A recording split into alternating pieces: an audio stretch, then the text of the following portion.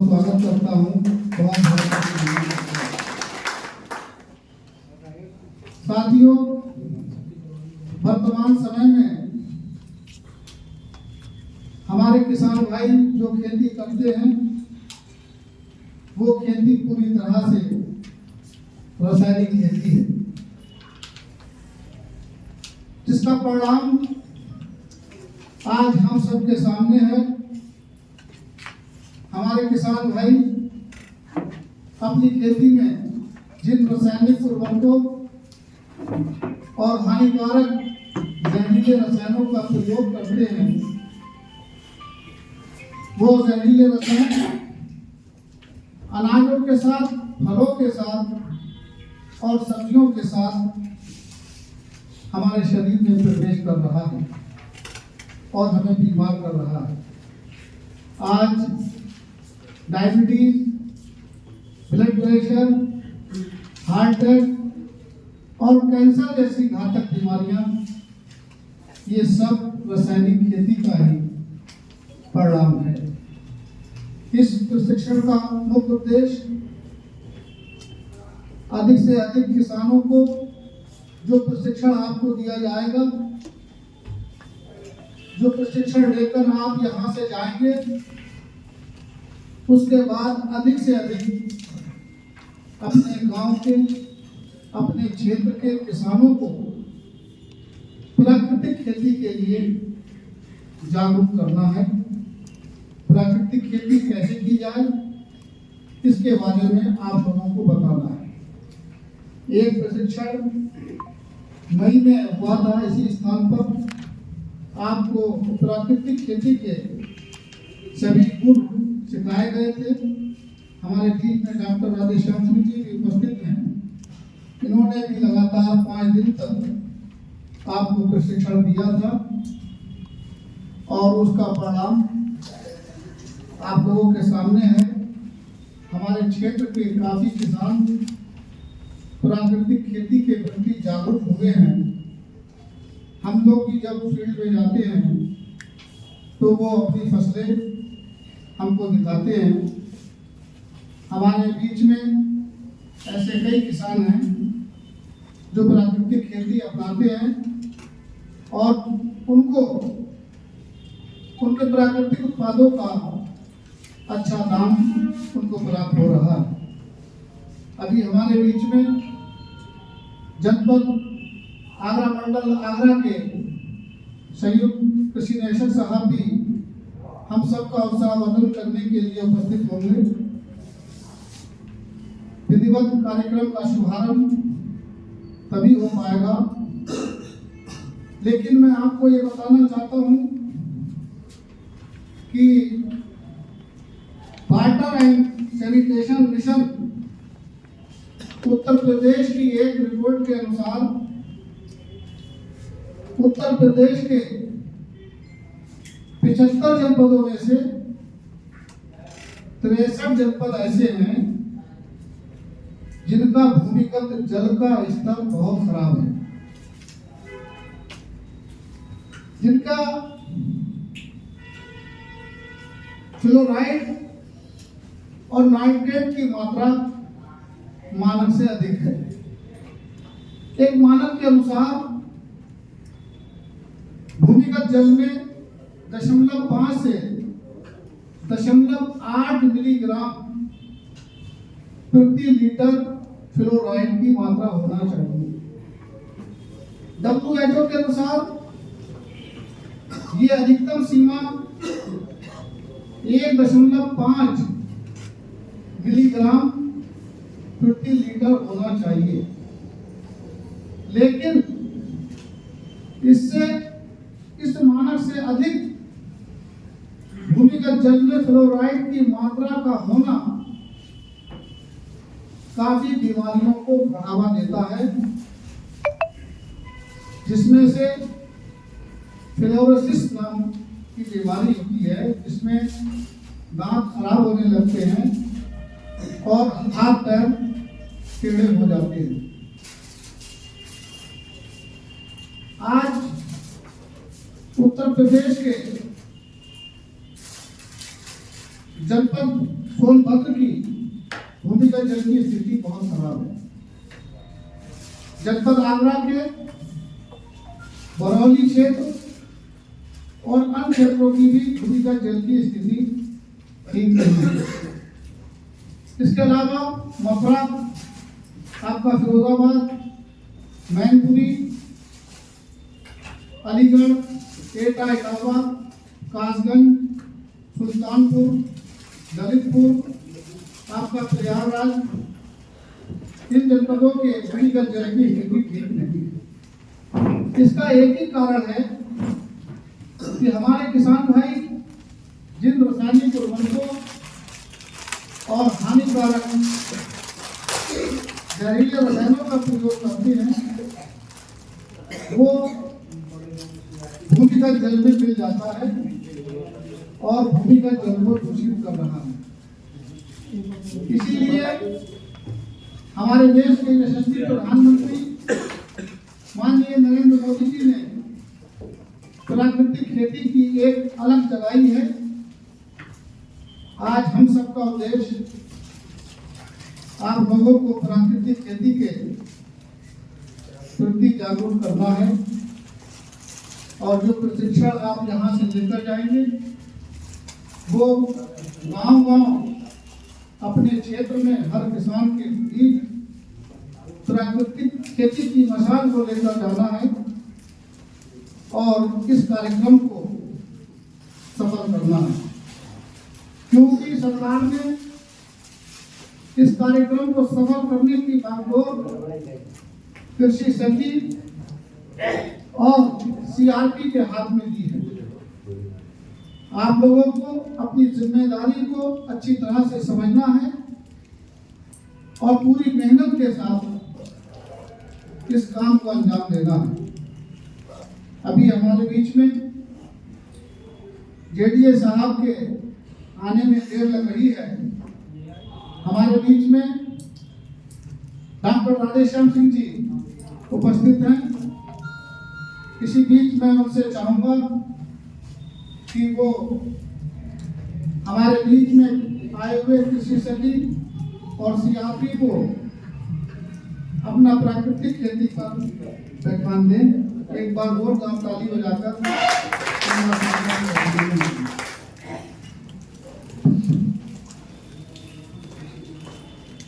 बहुत बहुत धन्यवाद। आज के इस कार्यक्रम की विधिवत बहुत बेहतरीन तरीके से संचालन कर रहे मेरे छोटे भाई सलीम भाई, मंचासीन जनपद के कृषि विभाग के मुखिया एवं जिनके कुशल नेतृत्व एवं इनके मार्गदर्शन से जनपद कृषि विभाग इस समय उत्तरोत्तर प्रगति के मार्ग पर है। ऐसे सम्मानित उप कृषि निदेशक महोदय, सदन में उपस्थित जनपद से आए हुए सीआरपी कृषि सखी एवं मेरे छोटे भाई कुछ कृषि विभाग के अधिकारी, आप सभी का इस सदन में हार्दिक अभिनंदन है, स्वागत है। यद्यपि ज्यादातर लोग मुझसे परिचित हैं और प्राकृतिक खेती विषय पर ही मैंने इससे पहले प्रशिक्षण में भी आपको काफी गंभीरता से, गहनता से तथ्यपरक जानकारी देने का प्रयास किया था। उन्हें ये प्लेटफॉर्म मिला है। द्वितीय सत्र में ये प्रशिक्षण उन्हें आपके लिए आयोजित है। मेरा एक अनुरोध ये है कि सरकार की मंशा आपसे बहुत कुछ मतलब अपेक्षाएं हैं। अपेक्षा ये है कि माध्यम आप हैं, जिन क्लस्टरों में काम हो रहा है वहां आप अपने पूरे क्लस्टर के लिए जिम्मेदार हैं। तो उन्हें अनुरोध ये रहेगा कि कृपया प्रशिक्षण को विधिवत सुने, समझें। यदि आपको कहीं भी कोई भी पहलू किसी भी तरह से समझ में नहीं आए, एक बार नहीं, 2 बार, 3 बार अच्छी तरह से उसको तह तक समझें और समझने के बाद जो है कोशिश ये रहे कि उसको आगे पब्लिक तक आपको पहुंचाना है। साथियों, यद्यपि मुझसे पूर्व वक्ता सलीम भाई ने इस प्रशिक्षण की बल्कि इस खेती की महती आवश्यकता को विधिवत वर्णन किया है, मैं समझता हूं कि सदन में ज्यादातर सम्मानित सदस्य समझ रहे होंगे कि वास्तव में इस खेती की आवश्यकता क्यों है। थोड़ा पहले सूक्ष्म में केवल 5 मिनट में मैं ये ब्रीफ करना चाहूंगा कि वास्तव में आगे आने वाले समय में प्राकृतिक खेती क्यों आवश्यक है। देखिए, वर्तमान में जो खेती हम कर रहे हैं वो रासायनिक खेती के अनेक दुष्परिणाम हमारे सामने है। ये हम उसको शॉर्ट में समराइज करें तो नंबर 1, इस रासायनिक खेती में लागत अधिक लग रही है। नंबर 2, जिस पर हम फसल उत्पादन करते हैं, जिसको हम धरती माता कहते हैं, यानी हमारी भूमि, इस खेती की प्रथा से, इस सिस्टम से, रासायनिक खेती से हमने अपनी मिट्टी या धरती माता की जान उर्वरता एकदम ही समाप्त करती है। कैसे?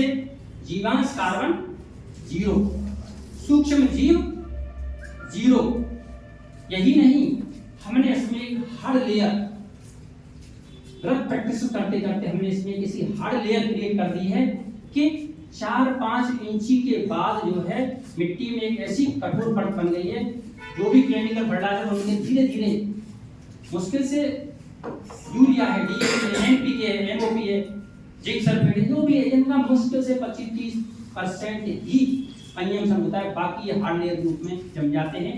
ट्रैक्टरों से जुताई हमने करके ही वही 4-5 सेंटीमीटर 4-5 इंची तक खुला है, एक हार्ड लेयर बन गई है। हार्ड लेयर के बनने से एक तरफ जहां पौधे की जड़ें गहराई में नहीं जा रही हैं, दूसरी तरफ जो है वर्षा कम हो रही है, और वर्षा हो रही है तो उसका पानी जो है बहुत कम ही नीचे जा रहा है और वो किसी तरीके से डिस्चार्ज होकर के बाहर चला जाता है।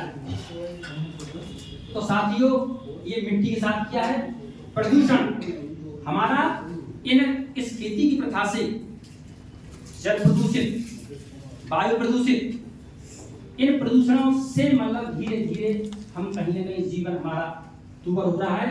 मुख्य विषय पे आते हैं कि इस प्रकृति में जिसके लिए हम कल्याणकारी कार्यक्रम करते हैं वो एक मानव जीवन, इस रासायनिक खेती के प्रयोग से हमारा मानव जीवन धीरे धीरे धीरे करके मतलब अनेकों बीमारियों तक जा रहा है।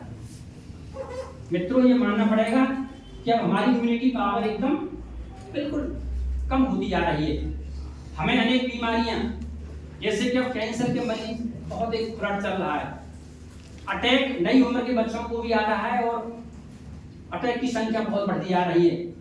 यही नहीं, डायबिटीज, कैंसर, अनेकों बीमारियां जन्म करते जा रही हैं। तो साथियों, ये इतनी तेजी से बढ़ रहा है कि आगे आने वाले समय में हमारी कमाई का अधिकांश हिस्सा जो है हॉस्पिटलों में और बीमारियों में ही होगा। विषय ये आता है कि हम इसी प्रक्रिया से चलते रहे तो आगे चल के हमारी मिट्टी कुछ भी उत्पादन करने के लिए तैयार नहीं होगी। दूसरा, हमारा स्वास्थ्य जो हमें शिक्षक के हॉस्पिटलों में और ज्यादातर कमाई अपनी स्वास्थ्य पर ही खर्च करनी पड़ेगी। एक विषय और है जल का हमने अत्यधिक दोहन किया है। साथियों, कुछ प्रदेशों में तो पीने के पानी की किल्लत है। यदि पीने का पानी नहीं है तो खेती के लिए पानी कहां से लाएंगे? ये परिणाम किसका है? Chemical farming. हमने जो है बोरिंग और पानी का अत्यधिक दोहन करके भूगर्भ में से पानी की जो है क्राइसिस उत्पन्न कर दी है। यही क्रम चलता रहा तो पीने के पानी के ज़्यादा पड़ेंगे। तो अब इन चीजों को विचार करिए। धरती माता खराब, स्वास्थ्य हमारा बदहाल, मिट्टी हमारी, धरती माता इसका मतलब प्रदूषण, खेती लाभकारी नहीं है। इन सारे बिंदुओं को ध्यान में रखते हुए मजबूरी में सरकार को ये प्रयास करना पड़ा कि भाई किसी तरीके से हम ही इस पीढ़ी के अंतिम प्राणी नहीं है, हमारा आपका जीवन गुजर जाएगा, लेकिन आगे आने वाली पीढ़ी हमें आपको बख्शेगी नहीं। जब इस तरह से सशक्त और इस तरह कुंवर जीवन जिएंगे जरूर ही हमें कोसेंगे कि भाई हमारे पूर्वज जो हमें क्या देंगे। उन्हें हमें इस पर मंथन करना है और मंथन करके हमें कुछ ऐसा परिवर्तन लाना है जिस परिवर्तन के द्वारा हमारी खेती में समरसता आए, धरती माता की उपजाऊ शक्ति बढ़े, लोगों का स्वास्थ्य निरोग रहे, जल उपलब्ध रहे और जल में कंटेमिनेशन हो, हवा में कंटेमिनेशन हो, जीव जंतु जो मृदा के बहाल रहें। इन सारे बिंदुओं को ध्यान में रखते हुए इन सब का समाधान मात्र जो है, यद्यपि सरकार ने इससे पहले प्रयास किया था कि भाई रासायनिक के एवज में हटा करके दूसरी तकनीकी बताओ, साथ जानते होंगे, बताएं कृपया कौन सी तकनीकी है। प्राकृतिक से भी पहले कोई तकनीक ऐसी है जिसमें विष रहित उत्पादन होता है। धन्यवाद धन्यवाद धन्यवाद, बहुत बहुत शुक्रिया। मतलब रसायन के एवज में हमने जैविक खेती का प्रचलन किया, लेकिन मित्रों जैविक खेती वास्तव में ज्यादा सूटेबल नहीं है। आखिर क्यों? उसके कई फैक्टर हैं। पहला फैक्टर तो ये है कि बेशक वो विष रहित है, लेकिन उसमें किसान की लागत जो है लगभग रासायनिक खेती की बराबर ही आती है, चूंकि रसायन की जगह वो जैविक प्रयोग कर रहा है। दूसरा ये है कि उसमें उत्पादन गिरता है, एकदम उत्पादन होता है, उत्पादन गिरता है, लागत जो है हमारी पूरी आती है। तो साथियों इन चीजों को ध्यान में रखते हुए जैविक खेती प्राय सफल नहीं हुई। प्रयास भी किया गया लेकिन सफल नहीं हुई। सरकार की तरफ से फिर मजबूरी में वैज्ञानिकों को चैलेंज दिया गया, भैया रासायनिक खेती से तोबा करनी है, जैविक पर हमें अच्छे परिणाम नहीं मिल रहे हैं, कोई और तकनीक ईजाद की जाए। तो साथियों वाह, धन्यवाद दूंगा मैं डॉक्टर सुभाष पालेकर साहब का। सुभाष पालेकर साहब ने जिनको पद्मश्री से भी नवाजा गया है, उन्होंने ऐसी तकनीक ईजाद की और प्रैक्टिकल करके दिखाया। बल्कि मैं बता रहा हूं कि कई जगह, अब जैसे आचार्य डॉक्टर देवव्रत जी हैं जो हरियाणा के राज्यपाल रहे हैं, 200 एकड़ के गुरुकुल फार्म में 100% एकदम वही प्राकृतिक खेती हो रही है इस समय गुजरात के। यही नहीं, अब मैं बता रहा हूँ आपको, लगभग हर प्रदेश नहीं बल्कि हर जिले में 4-6 किसान जो है इस प्राकृतिक खेती के फंडा को अपना रहे हैं। तो उन्होंने वो क्या फंडा दिया, उन्होंने कहा कि मैं एक ऐसी तकनीक दे रहा हूँ जिसमें आपका उत्पादन रासायनिक खेती के बराबर ही होगा, एक बात। दूसरी बात, आपका उत्पादन विष रहित होगा। तीसरी बात, प्रथम वर्ष में से ही आपका उत्पादन बराबर मिलेगा। तो ताली तो बजा दो, ऐसा कैसा हो सकता है भाई? रासायनिक खेती हमारे लिए घातक है। आपके समझ में आ रहा नहीं आ रहा? हाँ नहीं करने से मुझे एक बात, वास्तव में रासायनिक खेती से हमारा गुजारा नहीं होना है। जैविक खेती हमारे लिए सफल रही नहीं।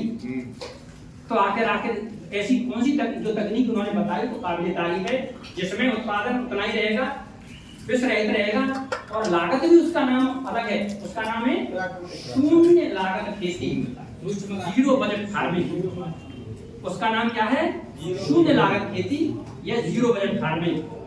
मित्रों यद्यपि ये कुछ देखने में अटपटा लगता है, मैं भी जब मैंने इसका साहित्य पढ़ा तो पढ़ने के बाद मुझे भी कुछ अटपटा लगा, लेकिन जब मैंने इसकी ट्रेनिंग अटेंड की, आपको सर बहुत शुक्रिया है हमारे मंडल के विभाग के जिनके यशस्वी मार्गदर्शन में, जिनके सफल निर्देशन में पूरा मंडल जो है आगे बढ़ रहा है। साथ में जो है मैं हार्दिक स्वागत करूंगा उप निदेशक भूमि संरक्षण का मंच में पुनः जो है संचालन कर रहे शनि भाई को करता हूँ। मैं सर को बताना चाहूंगा कि शिक्षण कार्यक्रम 11 बजे से प्राकृतिक आधारित खेती के ऊपर संचालन हो रहा है। इसमें जो है संचालन में उन्होंने इसकी मेथी आवश्यकता को बताते हुए, उसके बाद मैं एज ए ट्रेनर के रूप में इनको सामने 60 है, इसमें गोआधार प्राकृतिक खेती के क्या 4 पाए हैं, जीवामृत, आच्छादन पसरी एवं वापसा 4 पाए के बाद कौन से बेजक फफूंदीनाशक कीटनाशक उर्वरक इन सब की छोटी छोटी जानकारी के बाद थोड़ा सा क्वेश्चन आगे की तरफ बढ़ रहा है। आपके मार्गदर्शन से हम लोगों को बहुत ही चार चरण में रहेगा, शक्ति मिलेगी, कार्यक्रम का आगे संचालन की जिम्मेदारी बहुत बहुत धन्यवाद डॉक्टर साहब। साथियों, बहुत ही प्रसन्नता का विषय है कि आज इस प्रशिक्षण में हमारे आगरा मंडल आगरा की शान संयुक्त कृषि निदेशक साहब और उप निदेशक भूमि संरक्षण परम सुखदेव नीरज राम कटियार जी उपस्थित हो चुके हैं। हम सबका उत्साह वर्णन करने के लिए आप सभी लोग एक बार जोरदार ताली बजाकर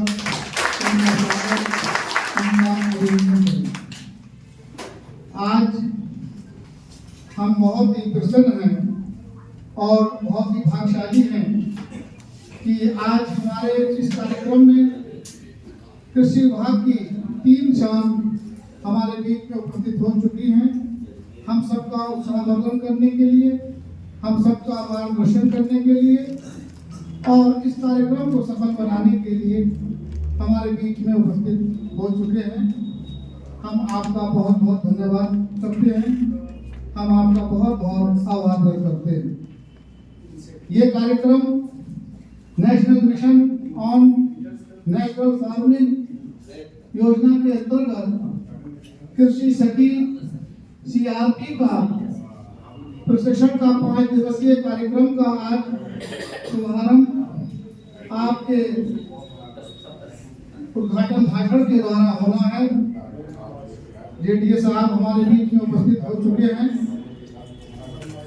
साथियों, पृथ्वी माता पुत्रो अहम भूमि, पृथ्वी हमारी माता है और पुत्र और हम सब धरती के पुत्र हैं। हम सबको पृथ्वी के साथ उनको वैसा ही व्यवहार करना चाहिए जैसे कि एक पुत्र अपनी मां के प्रति व्यवहार करता है। गांधी जी ने कहा था कि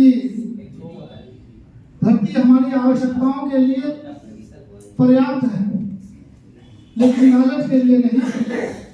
जहां शोषण होगा वहां पोषण नहीं होगा। वर्तमान समय में हमारे किसान भाई जो खेती कर रहे हैं उससे हमारी भूमि की उपजाऊ शक्ति कमजोर हो गई है, हमारी उत्पादन क्षमता कम हो गई है। इन्हीं सब से निपटने के लिए, इस समस्या के समाधान के लिए हमारे देश के यशस्वी प्रधानमंत्री माननीय नरेंद्र मोदी जी ने प्राकृतिक खेती की एक मशाल जलाई है और उस कार्यक्रम के अंतर्गत आपको प्रशिक्षण दिया जा रहा है। हमारे बीच में हमारे आगरा मंडल आगरा की शान संयुक्त कृषि निदेशक साहब और उप निदेशक भूमि संरक्षण उपस्थित हो चुके हैं। ये एक भारतीय परंपरा है, भारतीय संस्कृति है कि अतिथि देवो भव, अतिथियों का स्वागत करना, उनका सम्मान करना, ये हमारी संस्कृति है, ये हमारी परंपरा है। मैं सर्वप्रथम अपने जनपद के उप कृषि निदेशक साहब से निवेदन करूंगा कि वो संयुक्त कृषि निदेशक साहब को एक पाठ भेंट करके उनका स्वागत करें, उनका अभिनंदन करें।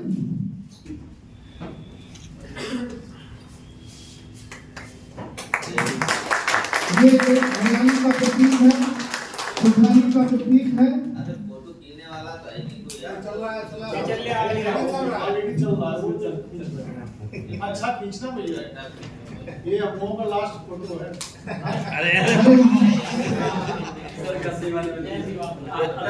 सर का सेवा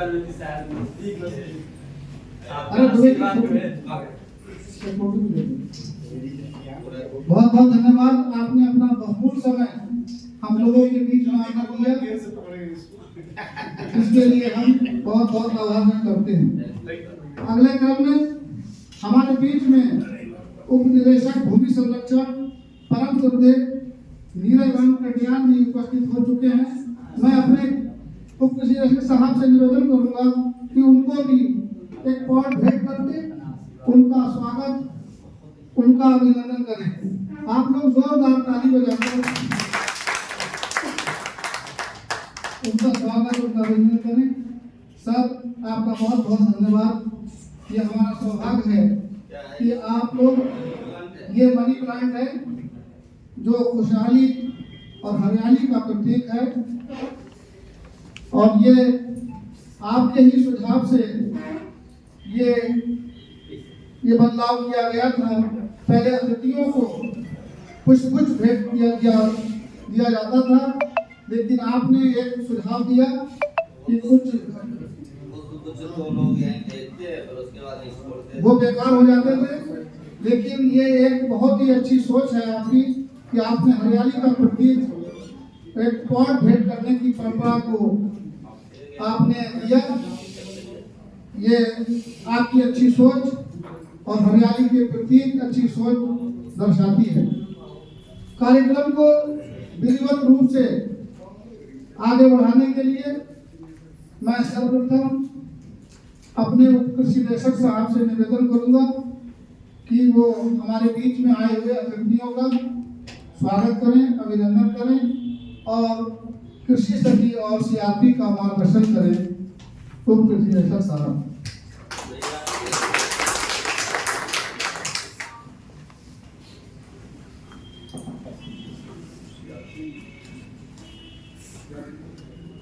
आज नेशनल मिशन और नेशनल फार्मिंग के तहत जो 5 दिवसीय कृषि सखी और सीआरपी का प्रशिक्षण का आयोजन कृषि भवन में आगरा में हो रहा है, उसमें मैं अपने मंडल मुखिया, सब कृषि निदेशक महोदय और हमारे सहपाठी भूमि संरक्षण अधिकारी उप कृषि निदेशक भूमि संरक्षण नीरज सरकार, वैज्ञानिक जो यहाँ वक्ता के रूप में आप लोगों से अभी बात कर रहे थे, और आप सभी कृषि सखी जो आई हुई हैं और सीआरपी सभी का इस कार्यक्रम में स्वागत है। मैं ये बस थोड़ा सा कहना चाह रहा हूँ इसमें कि ये ट्रेनिंग जैसा बता रहे थे कि ये मई में आयोजित हो चुकी है। कृषि सखी और सीआरपी क्यों रखे गए हैं, सबसे महत्वपूर्ण चीज ये है कि क्यों आपको क्यों रखा गया उस कार्यक्रम के लिए, उस क्लस्टर के लिए। वो तो किसान खुद ही स्वतः कर रहा है ना। तो आपको प्रशिक्षण पहला हुआ था, उसमें कुछ बताया गया होगा। आज भी प्रशिक्षण एक होगा। ये तो आप लोगों की एक बहुत बड़ी भूमिका है, ना कि यहाँ पे आने के बाद फिर जो किसान जैसे कर रहा वैसे ही कर रहा अपना। आपको जो भूमिका आप निभाते हैं उसके एवज में गवर्नमेंट आपको प्रति माह मानदेय का भी इसमें प्रावधान है कि आपको मानदेय दिया जाए, और मिला भी होगा जो है, तो कुछ माह का जो है मानदेय दिया भी है। इसमें माना गया कि आप जो है सीखेंगे। सारे किसान यहाँ 3200-3300 किसान हम नहीं उनको बुला सकते हैं, उनको सबको नहीं प्रशिक्षित कर सकते हैं। तो आप उसी गांव से आपको एक ऐसे उनसे थोड़े से योग्य व्यक्तियों का कृषि सखी और सीआरपी के रूप में चयन कर उनको पहले प्रशिक्षित किया जाए, और फिर वो जो सीखें यहाँ से वो अपने उन क्लस्टर में किसान बंधुओं को सिखाएं और उनके कार्यों में मदद करें प्राकृतिक खेती के लिए। इसलिए जो है ये इसका आप लोगों का इस योजना में चयन हुआ है। उसको मैं मानता हूँ कि आप लोग अपने कर्तव्यों का जो है जो यहाँ से सीख के जाए। कुछ लिटरेचर भी है, बहुत सारी चीज़ें हम लोग जनरल बोलते हैं, परंतु आपको जो साहित्य मिलता है उसकी जरूरत जो है लिखा हुआ रहता है कि कैसे जीवामृत बनेगा, कैसे अजीवामृत बनेगा। हम लोग हो सकता है 2-4 बातें उसमें छूट जाएं या इधर से उधर मिक्स हो जाएं, लेकिन जो आपको साहित्य है वो बड़ा ही काट छाट के ये बना है। भारत सरकार से ये योजना चल रही है, तो कई कई प्रदेशों में चल रही है, उत्तर प्रदेश में भी चल रही है।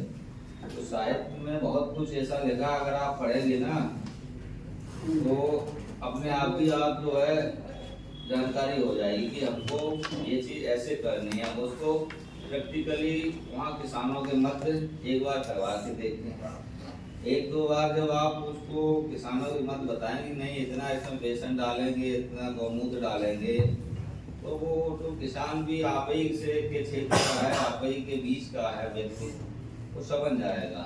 क्योंकि उतने सारे लोगों को एक साथ हम नहीं बुला सकते हैं और कोई ऐसी व्यवस्था नहीं हो पाती है बैठने का इतना बड़ा हाल या उस तरह से। इसलिए जो है आपको प्रशिक्षित करके, ताकि आप उनको जो है अपना ज्ञान जो है वहाँ तक पहुँचाएं और उनको उस काबिल बनाएं कि हमारी जो खेती में जो रासायनिक खेती की जैसा बात कर रहे थे अभी, रासायनिक खेती ना करके ये जो है जैविक आधारित खेती करें। इसमें जो है जो भी हम लोग DAP और खाद डालते हैं वो अल्टरनेट ऑप्शन में वहीं किसान उसको बनाए और वहीं उसका उपयोग करें। तो आज के प्रशिक्षण में जो भी लोग आए और जो कुछ अवशेष हैं, जैसे एक क्लस्टर के लिए 2 लोगों का होना होता है, तो पावर होने चाहिए, शायद कुछ थोड़ा कमी लग रहा है हमको। तो अपने साथियों को भी बताएं, आज नहीं आ पाए तो कल आ जाए वो लोग, सीखें जरूर। सीखने से कुछ ना कुछ मिलता ही है, घटता नहीं कुछ। हम भी सीखते हैं और सीखने से कभी हमें नहीं लग रहा कुछ नुकसान होता है। आपको लग रहा है कि गलत चीज़ है तो उसको छोड़ दें, अच्छी चीज़ है तो उसको कर लें। और वो अच्छी चीज़ को आप जब लोगों में आप बताएंगे तो निश्चित रूप से उसका भी जो है पालन होगा। और हमारी जो योजना भारत सरकार से चल रही, जो हमारे प्रधानमंत्री जी, मुख्यमंत्री जी की मंशा है, उसके अनुसार कार्य भी होगा। और ऐसा नहीं कि आगरा में प्राकृतिक खेती लोग अभी से शुरू हुई हो, पहले भी लोग करते रहे होंगे, बशर्ते उनको अब हम लोग एक लिटरेचर के माध्यम से और नई चीज़ों के माध्यम से उनको बताना चाह रहे हैं कि अब ऐसे और करिए। हम ये नहीं कहते कि जो है बहुत बड़ी मात्रा में एक साथ प्रारंभ कर दें, लेकिन जो है इसी तरह जैसे हमारा ये लक्ष्य रहता है इतना कि भाई इस बार इतना हमने ये चयन किया किसानों का। जब वो किसान करेंगे ना तो उसको देख के जो उसके बगल का किसान होगा ना वो प्रेरित होगा कि भाई ये तो बिना जो है पैसा खर्च किए और बराबर अपना उत्पादन ले रहा है, तो हम क्यों इतना जो DAP जो है 1200 और 1350 की लेके और 2000 की लेके और यूरिया लेके जो इतना पैसा हम लोग खर्च करें। हम भी अपना जो है 2 गाय रख के और इस चीज़ को प्रयोग करके उतना ही उत्पादन अगर हमें भी मिल रहा है तो क्या बुराई है। कम खर्चे में हमारी भी उतनी उत्पादन हो रहा है।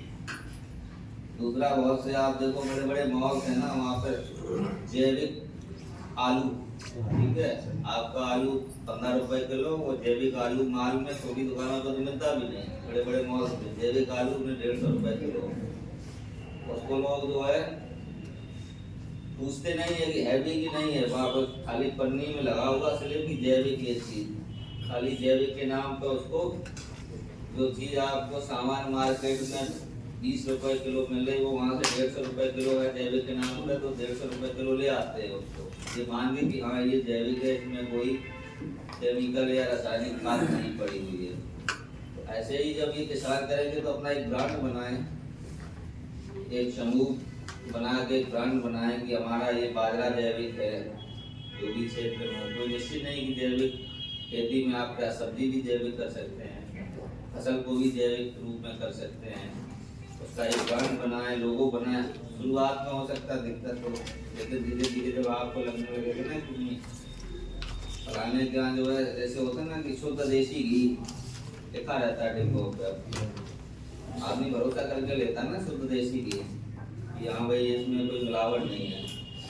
वो दे रहा 1200 रुपए किलो और मंडी से 800 रुपए किलो घी है, लेकिन तब भी आप भरोसा नहीं करेंगे, आपको लगे नहीं गांव का घी लेते हैं उसमें शुद्धता ज़्यादा होगी, मिलावट नहीं होगी।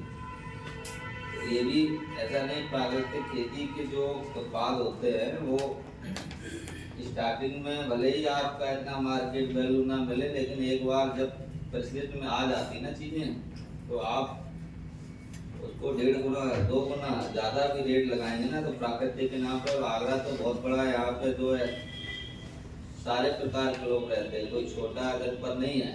पूर्वांचल का कि मऊ और वो बलिया हो, जो लोग उसको नहीं आ, तो विदेशी लोग भी आते हैं आपके, और वैसे भी हाव है आसपास की क्षेत्र का, चाहे वो डॉक्टरी की लाइन में हो या पढ़ाई की लाइन में हो, सारे लोग आते हैं यहाँ पे। तो अच्छा उत्पाद आपको खरीदने में हमें नहीं लग रहा कोई कठिनाई होगी। मार्केटिंग की कोई बहुत बड़ी दिक्कत नहीं होनी चाहिए। दिल्ली भी आपका पास में है यहाँ पे, बशर्ते आपको पहले एक बार स्टार्टिंग उन किसानों के माध्यम से करवाना पड़ेगा जैविक उत्पाद करने के नाम पर।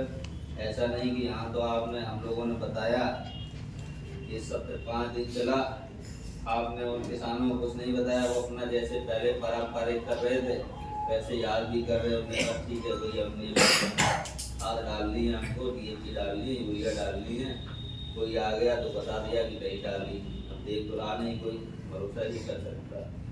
तो ये सीख के आज सीख के अपने उन क्लस्टर में जो सहपाठी आपके गांव के लोग हैं उनको बताइए कि नहीं ये तरीका है, ये मेथड है, कुछ लिटरेचर है, आप अपने दीवारों पर टांगिए। वहाँ जो ग्रुप बनाए हैं जब प्रशिक्षण वहाँ पर दें तो वहाँ भी उनको टांग के इससे भी जो है बताएं कि ये देखिए ये तरीके हैं, इसमें इस तरह से आप इसको और अच्छा कर सकते हैं और उत्पादन में कोई प्रभाव नहीं पड़ेगा। इन्हीं सब शुभकामनाओं के साथ पुनः आप लोग आए हुए हो सभी कृषि सखियाँ और CRP और हमारे JDA साहब, हमारे DD साहब, सभी का बहुत बहुत धन्यवाद।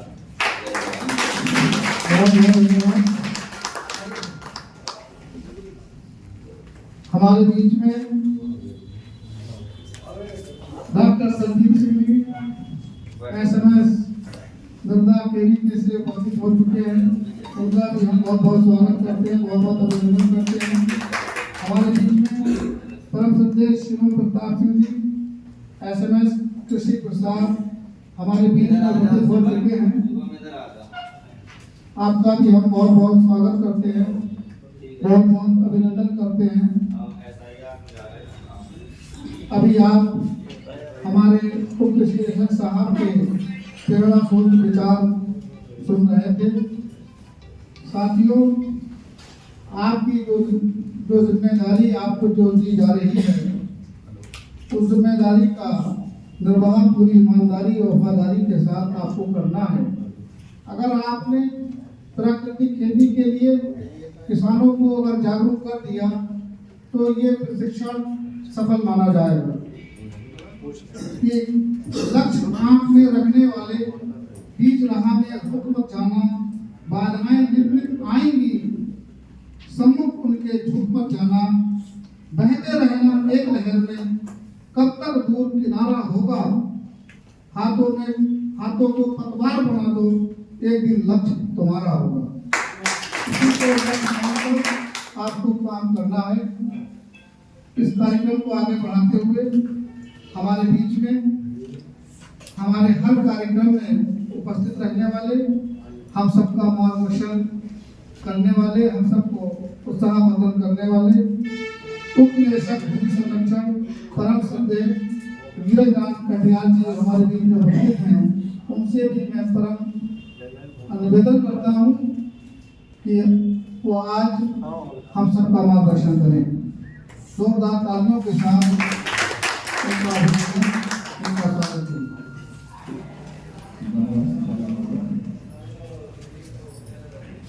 आज के इस गौ आधारित प्राकृतिक खेती के इस प्रशिक्षण कार्यक्रम की अध्यक्षता कर रहे हैं मंडल के मुखिया परम श्रद्धेय सुमंत निदेशक महोदय, उपस्थित SMS साहब, वैज्ञानिक और दूर दराज से आए हुए हमारे कृषि सखी के रूप में और इस प्राकृतिक खेती योजना को क्रियान्वित करने की जो एक चयन है उसकी महत्वपूर्ण कड़ी के रूप में आप लोग यहाँ पर बैठे हुए हैं। मुझे जो यहाँ पर समझ में आया उसका निष्कर्ष ये है कि सरकार की जो प्राकृतिक खेती गौ आधारित करने का जो संकल्प है, जो योजना है, वो धरातल तक कैसे पहुंचे, इसमें आप सबसे महत्वपूर्ण कड़ी के रूप में देखे जा सकते हैं ही। जो अभी बीडी साहब ने बताया उससे ये निकल कर आया कि जब तक आपको जो भी यहाँ पर प्रशिक्षण में बताया जाएगा, अगर वो धरातल पे ग्रामीण अंचल में अगर वो ज्ञान प्राकृतिक खेती को आधारित पर जो भी ज्ञान मिलेगा अगर वहाँ नहीं देंगे और नहीं संचालित कराएंगे तो कहीं सफल नहीं हो पाएंगे। इसलिए आपके कंधों पर पूरा दारों बना है।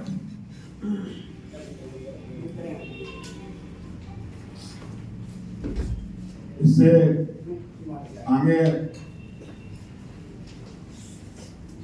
गौ आधारित खेती का क्यों लगातार प्रचार प्रसार किया जा रहा है और क्यों बढ़ावा दिया जा रहा है, जो मैं समझ पाया अभी तक, हम सभी सामाजिक प्राणी हैं और एक समय ऐसा आता है कि किसी भी चीज की मात्रात्मक महत्ता से ऊपर गुणात्मक महत्ता हो जाती है। लगातार उच्च स्तर पर इस बात को देखा जा रहा है कि हमारे जो कृषि उत्पाद हैं उसमें उत्पादन में वृद्धि हुई है, लेकिन जो प्राकृतिक रूप से उत्पाद मिलने चाहिए वो नहीं मिल पा रहे हैं। और आप सब लोग जानते हैं कि लगातार जो केमिकल पर आधारित जो हम लोग उत्पाद करते हैं उसमें कितनी प्राकृतिक क्षमता है, चाहे वो न्यूट्रिएंट सप्लाई की हो, चाहे वो सुगंध की हो। मैं भी ग्रामीण अंचल से हूँ।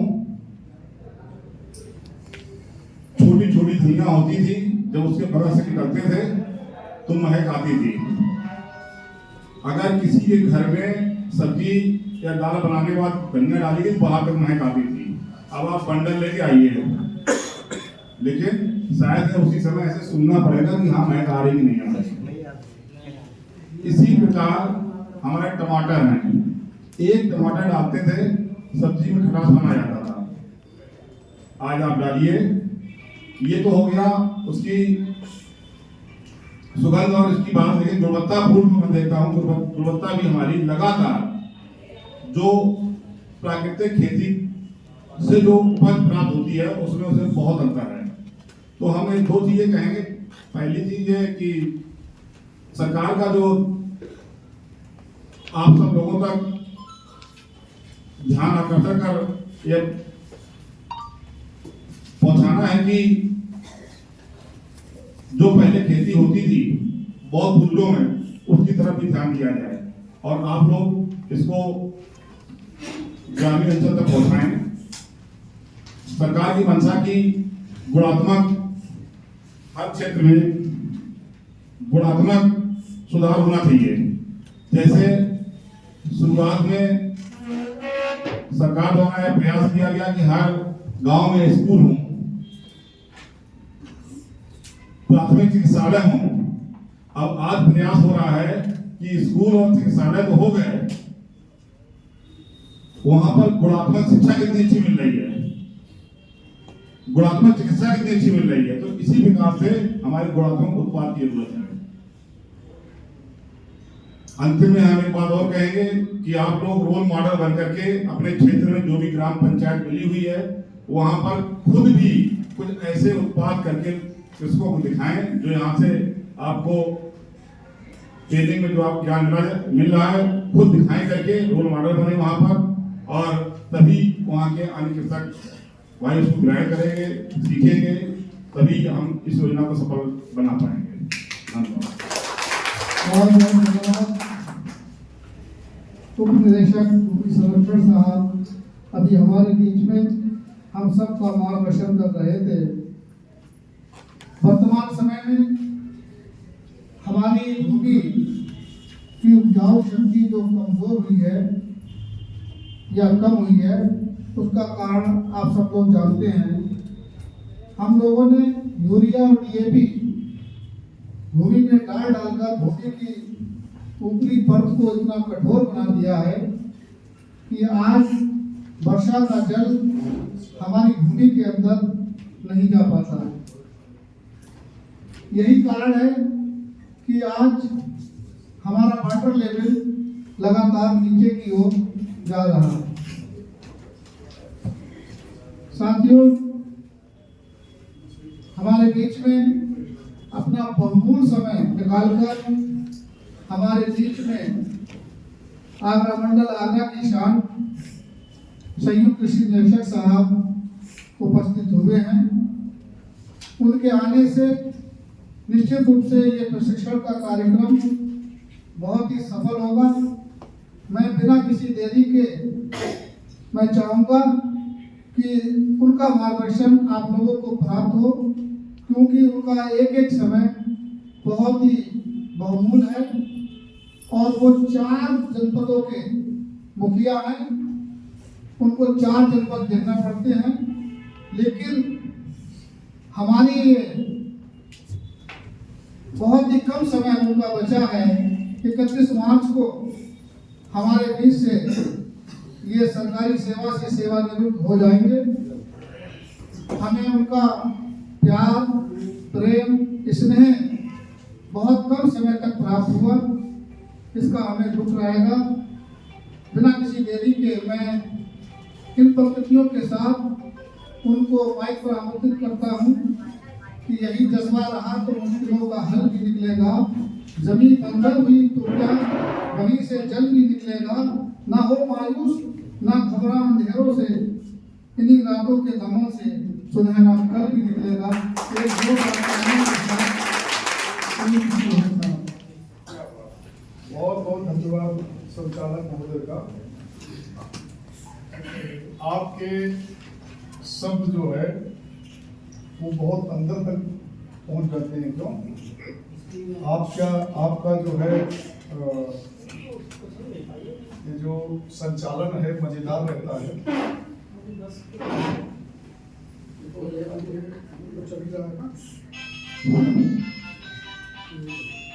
आज इस कार्यक्रम में उपस्थित हमारे डीडीएससी साहब, हमारे बड़े भाई डॉक्टर राधेश्याम सिंह जी, हमारे कृषि विज्ञान केंद्र से हमारे वैज्ञानिकगण, हमारे इस हाल में उपस्थित हमारे सीआरपी और कृषि सखी साथियों, ये चर्चाएं आपकी सुबह से चल रही हैं और आज हम जिस कार्यक्रम के लिए यहाँ पे सभी लोग उपस्थित हुए हैं,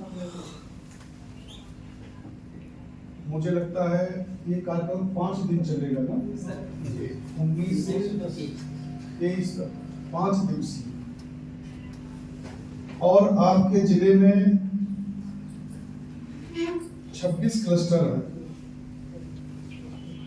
26 क्लस्टर में अच्छी खासी जमीन है और जितने हमारे यहाँ भाई बैठे हुए हैं, चाहे वो हमारी कृषि सखी हों या हमारे सीआरपी हों, उनको सरकार की तरफ से मंथली मेहनताना दिया थोड़ा बहुत।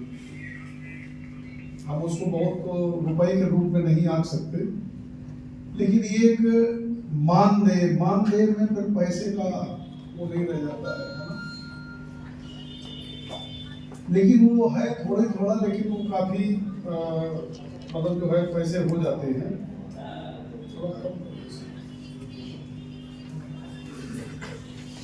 हम लोगों का सबसे पहला दायित्व ये है, सीआरपी का और कृषि सखी का बहुत बड़ा रोल है। ये 26 जो क्लस्टर हैं, आपका उत्पाद लोग लेना शुरू कर दें।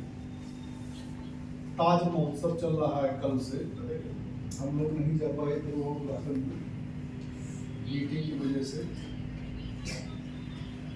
ये ऐसे जनपद में हम लोग बैठे हुए हैं और आपके जमीनात ऐसे जनपद में हैं कि यहाँ पे बहुत बड़ा उसका मतलब जो है अच्छा मार्केटिंग हो सकता है। बस केवल एक जानकारी होने की ज़रूरत है और पहचान बनने की ज़रूरत है। किसकी? क्लस्टर की।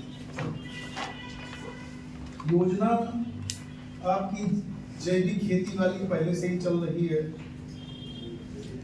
जैविक खेती में भी अपना कार्यक्रम किए और इसके बाद फिर पीजीएस पोर्टल पे मतलब जो है वो सर्टिफिकेट एक निकलता है, प्रोडक्शन ग्रीन वाला होता है ना, पीजीएस ग्रीन निकलता है, तो वो सर्टिफिकेट अपने में ये डिनोट करता है कि हमारा ये क्वालिटेटिव और टेस्टेड सारा है ना।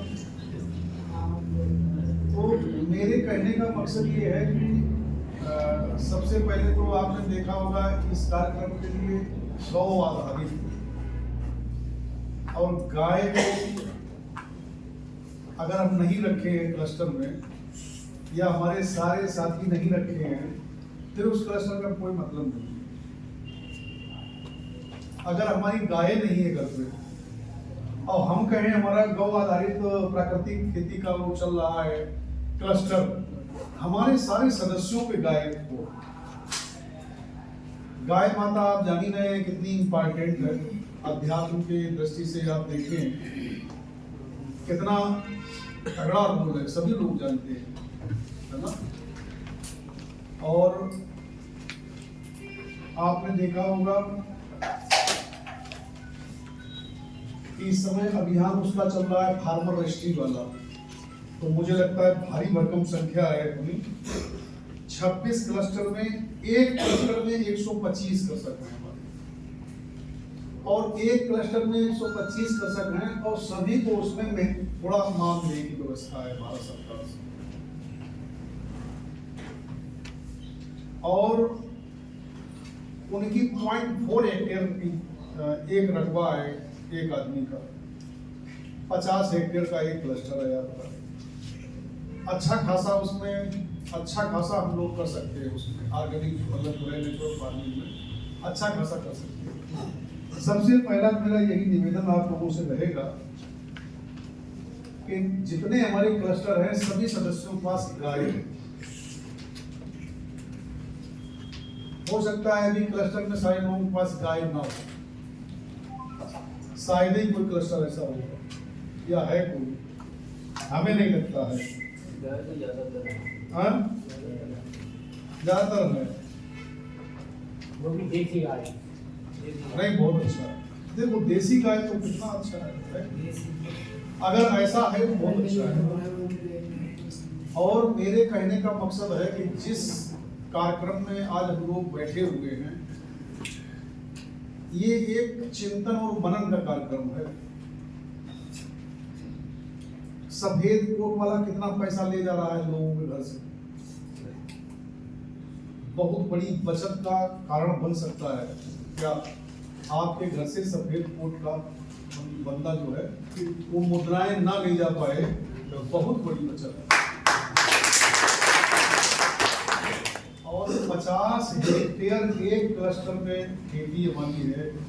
एक क्लस्टर में मैं वहाँ ललितपुर 6 साल रहा तो वहाँ भी कार्यक्रम चलते थे। कहने लगे साहब शिकवा शिकायत भी होता था, कहने लगे आपने क्लस्टर में सियासी भलापुरी क्यों बनाया? मैंने भैया आप ही बन जाओ। पहले साहब 4,000 5,000 उन्हें मिल रहे हैं, 4-5,000 मुझे क्यों नहीं मिल रहे? मैंने आपको नहीं दे सकता क्यों? या तो ये हट दें, त्याग पत्र दे दें, क्यों? ये कारमा और बढ़ना चाहिए, 50 हेक्टेयर नहीं और ज्यादा बढ़ना चाहिए। 50 हेक्टेयर तो एक आपका एक प्रोजेक्ट है केवल प्रोत्साहन के लिए कि भाई ऐसा ऐसा करना है। तो सबसे पहले तो हमारे 3,250 हमारे भाई हैं इसमें आगरा में। 3,250 साथियों की फार्मर आईडी हो गई है क्या? नहीं हुई। योजना के आदमी कहाँ है? योजना वाला बताएगा। और आप सब अलग अलग गांव से हो गए, क्यों? आप हमारे कृषि विभाग के बहुत नजदीक हैं, है कि नहीं? मानदेय को पैसे के रूप में नहीं, एक रिश्ता बहुत प्रगाढ़ गाढ़ा वाला रिश्ता है ना? इसको मद्देनजर रखते हुए हम लोगों को या फायदे के लिए गांव में कहना चाहिए कि आप फार्मर आईडी करा दें। सभी सारों की फार्मर आईडी हो जाएगी तो और अच्छा रहेगा। देखो हर एंगल पे जब डीडी जाता है मीटिंग में या हम लोग जाते हैं मीटिंगों में तो पूछा जाता है कि बताओ कृषि विभाग में या अन्य डिपार्टमेंट के जो लाभार्थी कृषक हैं क्या उनकी एफआईडी हो गई है? कल कमिश्नर साहब की बैठक में यही बात आई थी। सबसे बड़ी संख्या तो हमारी कोऑपरेटिव सोसाइटी में है। वहाँ वोट देने वाले आदमी हैं सदस्य, जो गैर जमींदार, और जमींदार भी हैं सदस्य। क्यों? तो हम गैर जमींदार को खाद नहीं देते हैं, जमींदार को खाद देते हैं। तो जमींदार वालों की तुमने एफआईडी करा दो। कहने लगे साहब हम कैसे करा सकते हैं? तो हमने आपका सचिव अंगूठा लगा खाद देता है, लगवा के आपकी स्वयं की वहाँ आईडी है। मोबाइल जो टच वाला चलाते हैं सहायक मोड में अपना ऐप डाउनलोड कर दो अपने मोबाइल में, अपने घर की एफआईडी कर डालो, आप मोहल्ले में कर डालो। 15 रुपया सरकारी फीस है कॉमन सर्विस सेंटर, लेकिन 15 रुपए में कोई करता नहीं होगा। हमारे भाइयों की जेब से बहुत ज्यादा पैसे 50 रुपए लेते थे।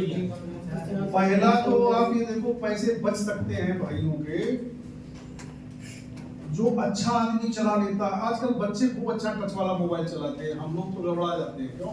सही है सर। तो मोबाइल को खोल करके ठीक भी कर देंगे, है ना? फार्मर रजिस्ट्री का ऐप है सहायक मोड में, उसको डाउनलोड करा दो। और डाउनलोड कराने के बाद वो अपनी मतलब जो है खतौनी जो भी है और मोबाइल नंबर जो आधार में जुड़ा है, आधार डालते ही आपका उसमें आ जाएगा एफआईडी हुई है कि नहीं, एफआईडी नंबर आ जाता है। तो जिनका एफआईडी हो गया वो ठीक है, नहीं तो उनका मांगता रहता है, उसमें आप देते रहिए और इसके बाद लास्ट में मतलब जो है उसको सबमिट कर दीजिए, तो एफआईडी आ जाता है। अप्रूवल के लिए सीधे चला जाता है लेखपाल के ऑनलाइन। तो हमारे इसमें कितने गांव हैं? कितने गांव हैं? नहीं, हमारे 26 क्लस्टर कितने गांव हैं? 10 क्लस्टर तो आपके जयपुर कला में है और जगनेर में 10 है। जयपुर कला के सारे साथी आए हैं सीआरपी? नहीं आए। अरे वाह, क्या बात। और जगनेर में 10 है सभी लोग, क्या बात। और खैरागढ़ से 6 लोग। तो हमारे अलग अलग गांव होंगे आपके सभी। हर गांव से एक प्रमाण पत्र आपका आ जाए कि मैं सीआरपी और प्रधान जी की मोहर लगी हो। एक भी आदमी यहाँ नहीं रहा है बगैर एफआईडी के। ऐसे सर्टिफिकेट पूरे भारतवर्ष में किसी गांव से नहीं मिलेगा। और अगर मेरे क्लस्टर के गांव से आ जाएंगे ना और डीएम साहब के यहाँ प्लेसिंग कर दिया जाए अभी तो मजा आ जाएगा। पता नहीं मैं कौन से जिले में था, हाँ मथुरा में, मार्ट में था। एक सज्जन कह रहे हैं प्रधान जी कह रहे हैं साहब तो मेरी लेखपाल सुनते नहीं है। मैंने कहा माननीय प्रधान जी, पंचायती राज एक्ट व्यवस्था में माननीय ग्राम प्रधान हेड हैं। क्यों? राजस्व का लेखपाल लीगल एडवाइजर है उनका। अपने पे अगर आ जाए पता नहीं क्या हो सकता है। और ग्राम विकास अधिकारी लीगल एडवाइजर डेवलपमेंट का है। क्यों? और माननीय प्रधान जी आप कह रहे हैं कैसे प्रधान जी हैं, यंग थे, कैसे प्रधान जी हैं, पढ़े लिखे लग रहे हैं, आप बता रहे हैं कि मतलब जो है मेरा कार नहीं मानता है। आप तो कहो हमें, क्योंकि सब चीजें ऑनलाइन है। आपके बस्ते में मेरे गांव के सारे बंदों की जमीन बंद है, सारों की सूची मुझे दीजिए और यहीं बैठो 2 दिन और सबका कंप्लीट हो जाएगा। और मैंने माननीय प्रधान जी आप अगर कह देना ये कर लेंगे फिर मुझे शिकायत करनी पड़ेगी कि आपने पहले कहो तो सही। हम लोगों की थिंकिंग क्या हो गई है, काम होना है डीडी ज्ञान, ये तो हमारे सब विभागीय हमारे परिवार के सभी लोग बैठे हैं, है ना? क्योंकि हमें तनख्वाह मिलती है, आपको भी कहीं ना कहीं मानदेय मिल रहा है, तो हम सब एक ही जाति के हैं। मेरे कहने का मकसद ये है कि अगर डीडी से काम होना है और सीधे आप चीफ सेक्रेटरी से अगर शिकायत करेंगे, मुख्य सचिव महोदय उत्तर प्रदेश शासन से, इससे बड़ा अधिकारी कोई है नहीं, और काम कहाँ होना है, तो हमें यात्रा बेकार ही करनी पड़ेगी। क्यों? सही है। तो हम तो पहले कुंडी वहां खटखटाएं जहाँ मेरा काम हो रहा, नहीं सुनता है। कितनी सुंदर सुंदर व्यवस्थाएं, रास्ते कितने चकाचक हो गए हैं। क्यों?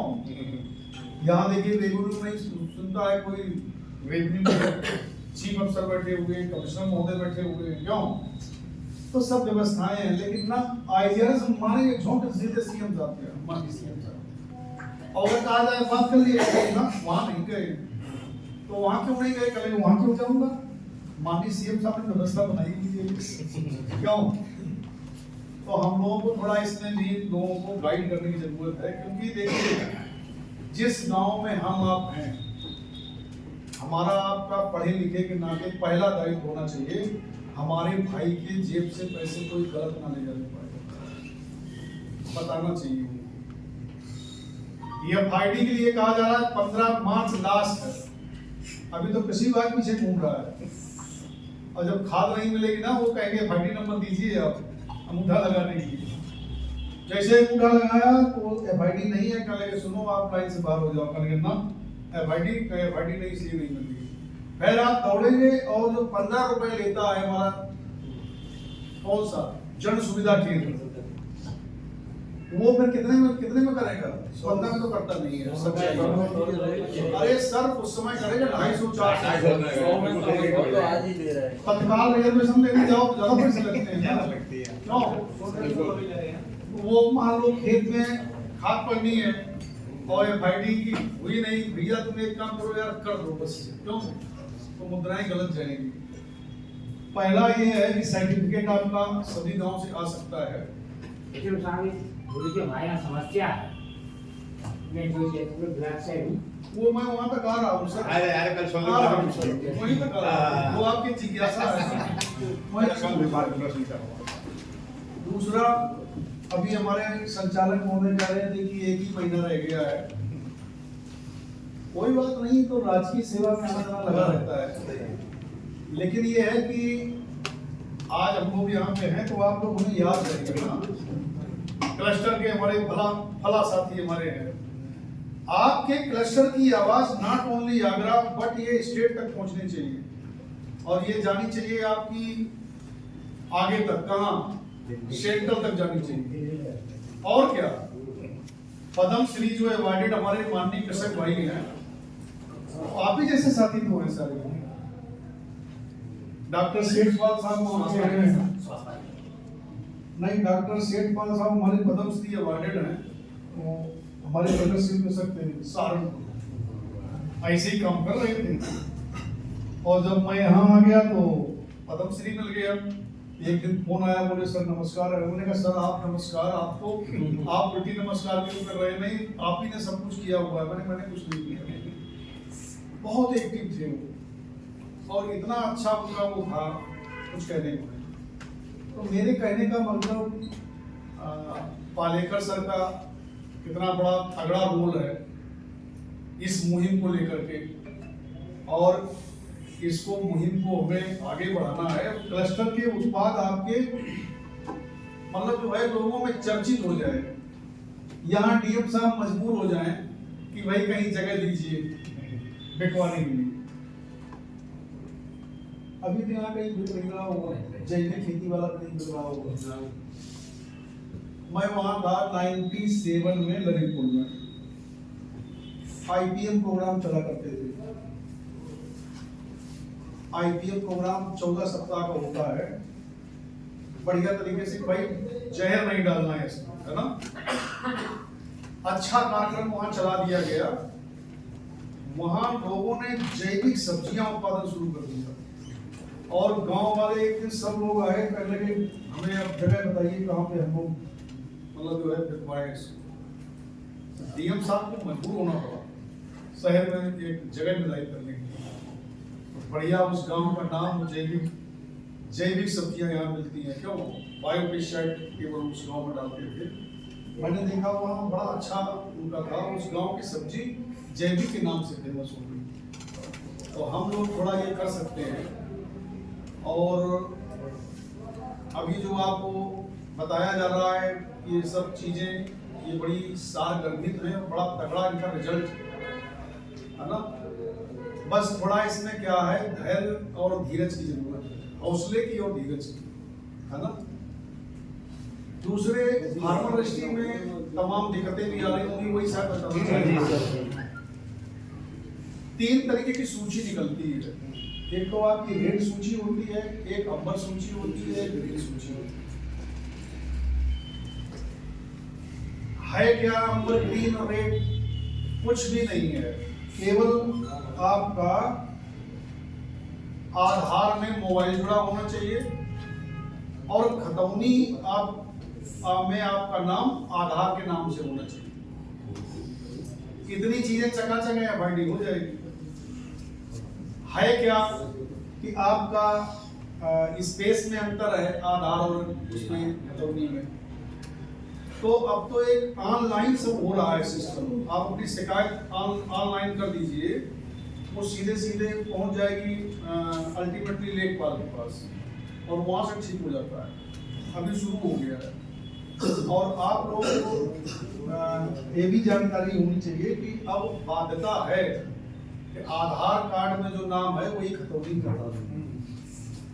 केवल बस इतनी मुश्किलें आ रही हैं। दूसरा एक मुश्किल और आ रही है, आदमी का आदेश में नाम नहीं है, वो धड़ाक से कर देगा लेखपाल, लेकिन एक बार अगुवाई करनी पैसा कैसा मांगता है।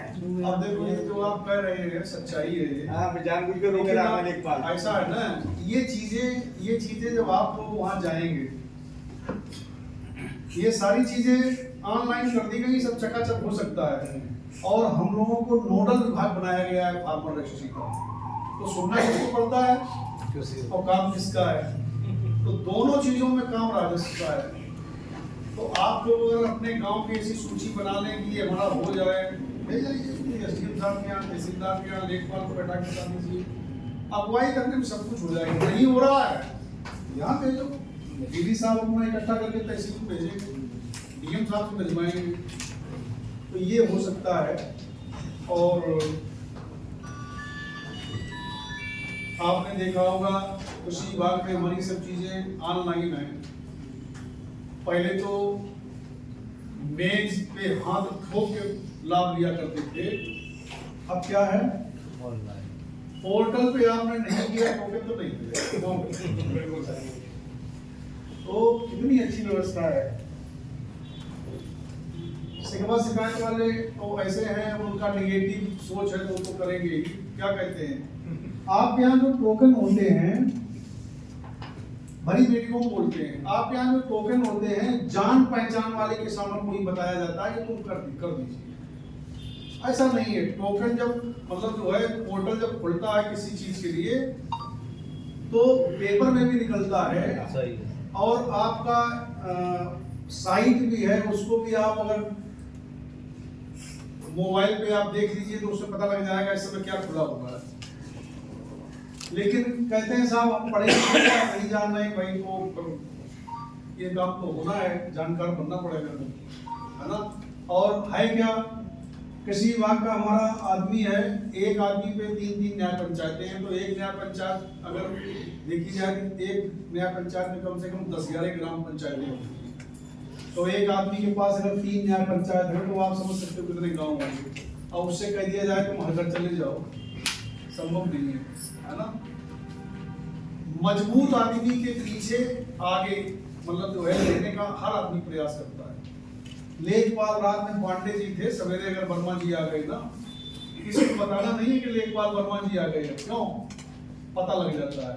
और गांव में जो आदमी लेखपाल से नजदीक होते हैं ना, उनसे लोग बचते रहते हैं, भैया पता नहीं कितना बड़ा मामला है, कहीं इधर उधर में करा देना। लेखपाल कह दे कि पेड़ के नीचे सारे लोग आके बैठो, यही हम लोग बात करेंगे, दौड़ के जाएंगे। हमारा कृषि विभाग का आदमी कह दे कि आओ आज हम लोग इकट्ठे होकर कुछ चर्चा करते हैं, अरे कहने लगे क्या कौन सा विभाग कृषि विभाग में क्यों लेखपाल का नंबर रखते हैं बड़े अच्छे ढंग से, हमारे साथी का नंबर भी नहीं रखते हैं वो क्यों? तो कमजोर आदमी से सब मतलब जो है अलग होना चाहते हैं। लेकिन ये खैर कुछ प्रैक्टिकल बातें मैंने की आपके बीच में, लेकिन सर्टिफिकेट आपके सारे गांव से आ जाएंगे और अच्छा रहेगा। 5 दिन का आपका कार्यक्रम है ये, और जितने हमारे यहाँ साथी बैठे हुए हैं सारे लोग एनर्जेटिक हैं और ये संकल्प लेके बैठे हुए हैं कि क्लस्टर में हमें अच्छा काम करना है। तो 31 मार्च के बाद फिर मैं मिलूंगा कहीं, क्यों?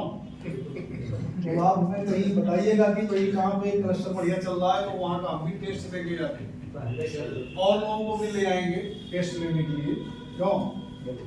इसमें तो बड़ा आगे तक जा सकता है, मतलब जो है काम। क्लस्टर चयन किया गया है केवल प्रयोगात्मक के लिए, आप उसको लीड कर रहे हैं, सारे लोग उसमें अगर जुड़ते जाएंगे, देखते जाएंगे और करते जाएंगे तो और अच्छा हो जाएगा। यही इसकी थीम है। तो मुझे लगता है मैंने बहुत ज्यादा समय ले लिया है, 2 मिनट थोड़ा और बात करते हैं। आजकल हम लोग क्या कर रहे हैं, डीएपी दही, जैसे ही आलू का टाइम आया तो डीएपी को लाठी लेके ठोकते हैं, मूंछों के ताव पे खाद डालते हैं। बस समझ रहे, ये समय अब धीरे धीरे मतलब जो है खत्म होने जा रहा है। आपका नैनो यूरिया, नैनो डीएपी भी आपको आना ही पड़ेगा, आज नहीं तो कल। मैं मार्ट में बैठा था, कहने लगे इसका रिजल्ट नहीं आता बिल्कुल, तो मैंने भाई रिजल्ट क्यों नहीं आता, कब डाली थी? कहने लगे 2 साल पहले मैंने डाली तो कोई रिजल्ट नहीं आया। मैंने कहा आप हैं कौन, सबसे पहले ये बताओ। कहने लगे मैं खाद बेचूं। मैंने तुम खाद अगर बेचे तो बता कब से खाद बेच रहा? कहने लगे 21 साल हो गए, 22 साल। जमीन कितनी? कहने लगे 150 बीघे। तो मैंने अपने लिए डीएपी रख लेते हुए ना, क्यों? कट्टे वाली। अब आप इसमें करें, रिजल्ट नहीं आ रहा। और पेस्टिसाइड का बहुत बड़ा उनका काम था। मैंने कहा जितनी आप बात कर रहे हैं रिजल्ट नहीं आता, और 2 साल पहले आपने देखा था, तो इसका मतलब आप बहुत पीछे हैं। मजबूरी में कहीं तुम्हारी दुकान पे अगर मैं आ गया 3/7 जेल चले जाओ, ध्यान रखना। मैंने उनसे यही बोला था, आपने भाइयों को अगर खाद बेची है, अगर एक भी तुमने किसान भाई छोड़ दिया हमारा बगैर एफआईडी के, तो आपके लिए 3/7 से ना छोटी धारा है ना कोई बड़ी है फर्टिलाइजर में, पहली है और लास्ट वाली भी है। क्यों? कल लेकिन 3/7 मेरे ऊपर लग जाएगा, बिल्कुल लग जाएगी। और मैंने कहा तुम्हें 1 सप्ताह का मौका दे रहा हूँ, खासकर तुम जो बोल रहे हो, माहौल बिगाड़ने के लिए बैठे हुए। 20 साल से तुम्हारी दुकान है, एफआईडी करने के लिए हमने कहा, कहने लगे संभव नहीं है। सब कह रहे हैं चकाचक हो जाएगा, वो कह रहे हैं संभव नहीं है। मैंने ये तो माहौल बिगाड़ रहे हैं। भाइयों के पैसे बचेंगे ना, जैसे अभी बड़े भाई बोल रहे थे 100, 150, 200 रुपए से कम नहीं देता देसी वाला।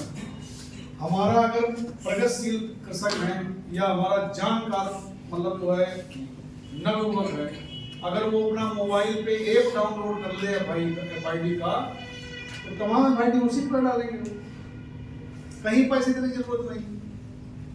सहायक मोड में, गाइड मोड में, सेल्फ मोड में। सेल्फ का मतलब आप अपने मोबाइल पे ऐप डाउनलोड कर लो, अपनी आप स्वयं कर लो। सहायक का मतलब हमने अपने को डाउनलोड कर लिया, हमने 50-100 लोगों को कर दिया। कितना सरकार ने सिंपल कर दिया है। तो मैंने उनसे कहा कि आप कह रहे हैं कि ये संभव नहीं है, आपने कितने लोगों को खाद बेची है? कहने लगे साहब मैंने बेची है कम से कम 2000 लोगों को। मैंने कहा सब तुमने नियम से ही खाद दी है? कहने लगे हाँ जी बिल्कुल।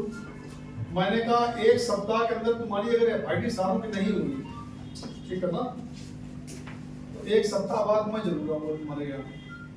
तो सारे लोग कहे साहब गोष्ठी हो गई, सब लोग करा डाले कि इनकी 3/7 भेजना मत। और सच्चाई क्या थी, वही वहां के अध्यक्ष थे।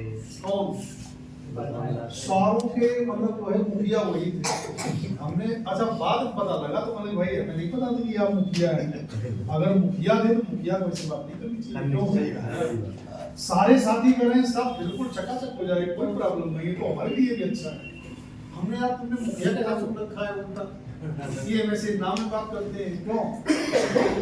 तो मेरे कहने का मकसद ये है कि आज हम लोग जिस कार्यक्रम के लिए बैठे हैं, हमने थोड़ा इधर उधर की बातें कर दी, आपका समय हमने लिया। ये बड़ा पुनीत कार्य के लिए बैठे हुए हैं। अपने घर का डॉक्टर से पैसा बचाएंगे और परिवार को स्वस्थ रखेंगे, और जो लोग खाएंगे वो भी स्वस्थ रहेंगे। और आपने देखा होगा जिसको बीमारी हो जाती है उसके किट लगती है मेडिकल स्टोर से, वो सिर्फ रिफर कर देगा। वो कभी कभी ऐसा होता है डॉक्टर रिफर करते करते अल्टीमेटली पर पेशेंट रिफर हो जाता है कहाँ, जहाँ हम सबको जाना है। शरीर यहीं रहेगा, आत्मा जाएगी। क्यों? अब आत्मा जाती हुई किसी देखा नहीं, देखा हम लोग यहाँ पंच में विलीन हो जाएंगे, अल्टीमेटली बन जाएंगे। क्यों? ये लिफाफा। मेरे कहने का मकसद ये है कि हम लोग जितना पुनीत कार्य कर लें, अच्छा काम कर लें, उससे क्या होगा, बीमारियां भी कम होती हैं। आप देखो पहले बीमारी आपकी शक्कर वाली और बीपी वाली थी बीमारी कहीं गांव में। हम लोग जब खाना खाने जा बैठते थे पंगल में, पत्तल में, गांव में नहीं बैठते थे। अब तो मामले खत्म हो गए। आपको जैसे नहीं बाड़ा होता है, खोल दिया गेट करने के बस तो मामले दूसरा हो गया। कक्षा 2-3 में जब पढ़ते थे तो ऐसे आदमी के पास बैठते थे जो रसगुल्ले नहीं खा सकता। क्यों बैठते थे हम लोग? कि ये खाएगा नहीं, इसका मुझे खाना पड़ेगा। और जब बड़ा अफसर कोई जाता था गांव में उस समय, उससे कहते थे कि दूध पिलाएं, हांडी वाला पिंक कलर वाला दूध। और इन्होंने दूध नहीं पी, पेट खराब हो जाएगा। अब भाई उसने असली वाला पिए ही नहीं तो क्या करेंगे, चाय बगैर शक्कर वाली। उस समय मैं समझता था बहुत बड़ा आदमी होगा ये, शक्कर नहीं खा रहा है। आज हम सोच रहे हैं कितने गरीब हम हो गए। रसगुल्ला टेबल पर रखा है, लार टपकी जा रही है, मार दे 2-4 और गाँव, अगर एक रखे तो एक और मिल जाए। लेकिन डॉक्टर की बात याद आ रही थी, खा गए तो मर जाओगे। अब बताओ कितने गरीब। पहले क्या शक्कर वाली बीमारी थी गांव में? पहले आपकी खून का प्रेशर ऊपर नीचे वाली बीमारी नहीं थी। ये सब खान पान से और ना काम करने की वजह से और एंटी थॉट की वजह से हमने जो उल्टा सोचना शुरू कर दिया है ना, मौका लगे तो आपका हम हाल खराब कर देंगे, हम आपको ले डालेंगे। ये वाली थॉट जो है आदमी को ज्यादा बीमार कर देगी, है ना। खान पान को फैक्ट है ही, हम लोग उतना काम नहीं करते। पहले बताओ बैल के पीछे चलते थे कितना चकाचक, अब कहाँ चलते हैं। ट्रैक्टर काला तेल देता है, हमारे बैल ऐसे गायब हो गए जैसे गिर। इसके लिए कौन दोषी है? नहीं, आप सब कौन दोषी है? क्यों? उत्पादन पहले कितना था, आज कितना है। अब जो आदमी जैविक के उत्पादों के बारे में जानता है, वो आदमी जैविक उत्पाद ही अपने घर पे ले जाता है। वो जानता है कि अगर हम ले जाएंगे तो हमें डॉक्टर को लेना पड़ेगा, बच्चों को बीमारी होगी, है ना। तो ये समय बिल्कुल चल रहा है और फैमिली डॉक्टर जो अडॉप्ट लोग कर रहे हैं, ऐसे ही फैमिली किसान लोग अडॉप्ट करेंगे कि हम राम भजन के यहाँ से ही गेहूँ लेंगे और कहीं नहीं। ये समय बिल्कुल सन्निकट है, तो थोड़ा इसमें मन लगा के दिशा देकर के दशा और दिशा दोनों संभालेंगे आप। क्यों भाई? का एक क्लस्टर में, क्योंकि आप सीआरपी हैं, रिसोर्स पर्सन। सी से क्या होता है? कम्युनिटी। बताओ, कम्युनिटी केवल वही वाली नहीं है समुदाय वाली, कम्युनिटी रिसोर्स पर्सन का मतलब कम्युनिटी मतलब वही नहीं 50 लोगों की, कम्युनिटी मतलब ब्रॉड मतलब वर्ड हो गया।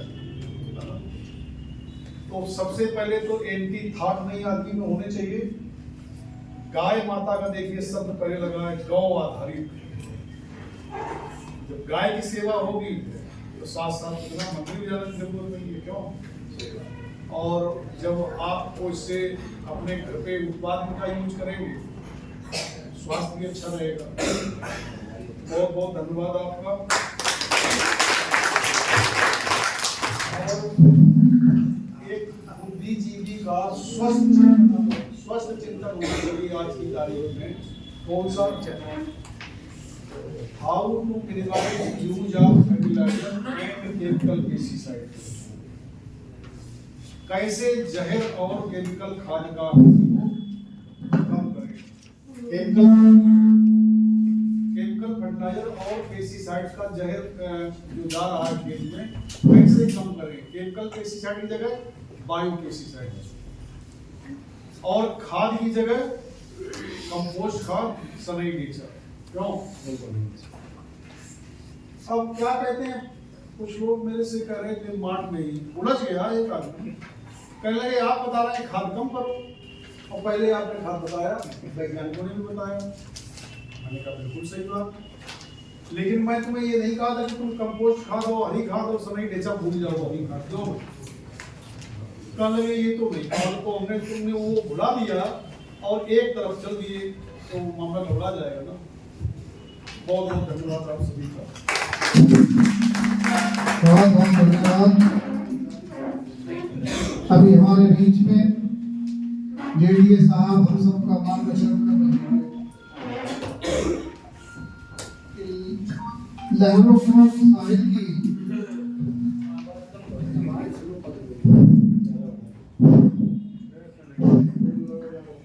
लहरों को साहिल की दरकार नहीं होती, हौसला बुलंद हो तो कोई दीवार नहीं होती।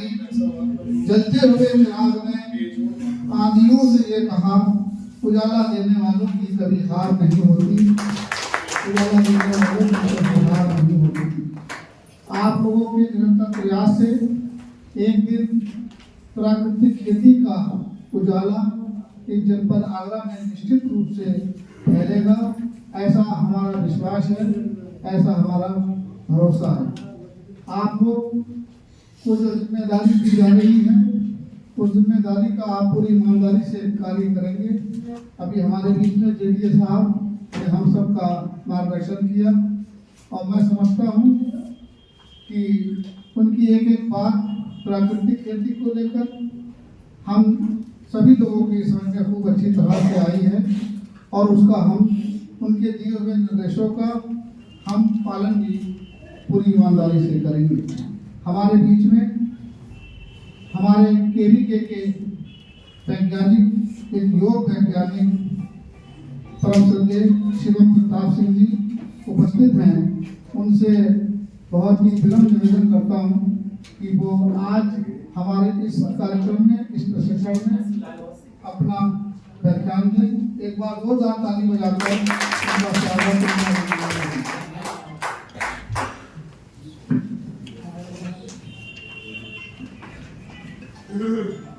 बहुत बहुत धन्यवाद। आज के कार्यक्रम में उपस्थित अधिकारी, वैज्ञानिक एवं किसान भाई, आपके बिना ये कार्यक्रम अधूरा है। आप नहीं हो तो ये कार्यक्रम नहीं है, और आप नहीं हो तो शायद देश की अर्थव्यवस्था भी नहीं। जब किसान पैदा करता है तो वही अर्थव्यवस्था बन के आता है। आप सभी कृषि सखी और सीआरपी, आपका नेचुरल फार्मिंग की योजना में बहुत महत्वपूर्ण योगदान है। सीआरपीओ को लिए क्लस्टर बनाए गए हैं। अब क्लस्टर को भी आपको समझना होगा। क्लस्टर का मतलब ये नहीं है कि आप कहीं भी किसी भी खेत में जाकर किसी भी हेलो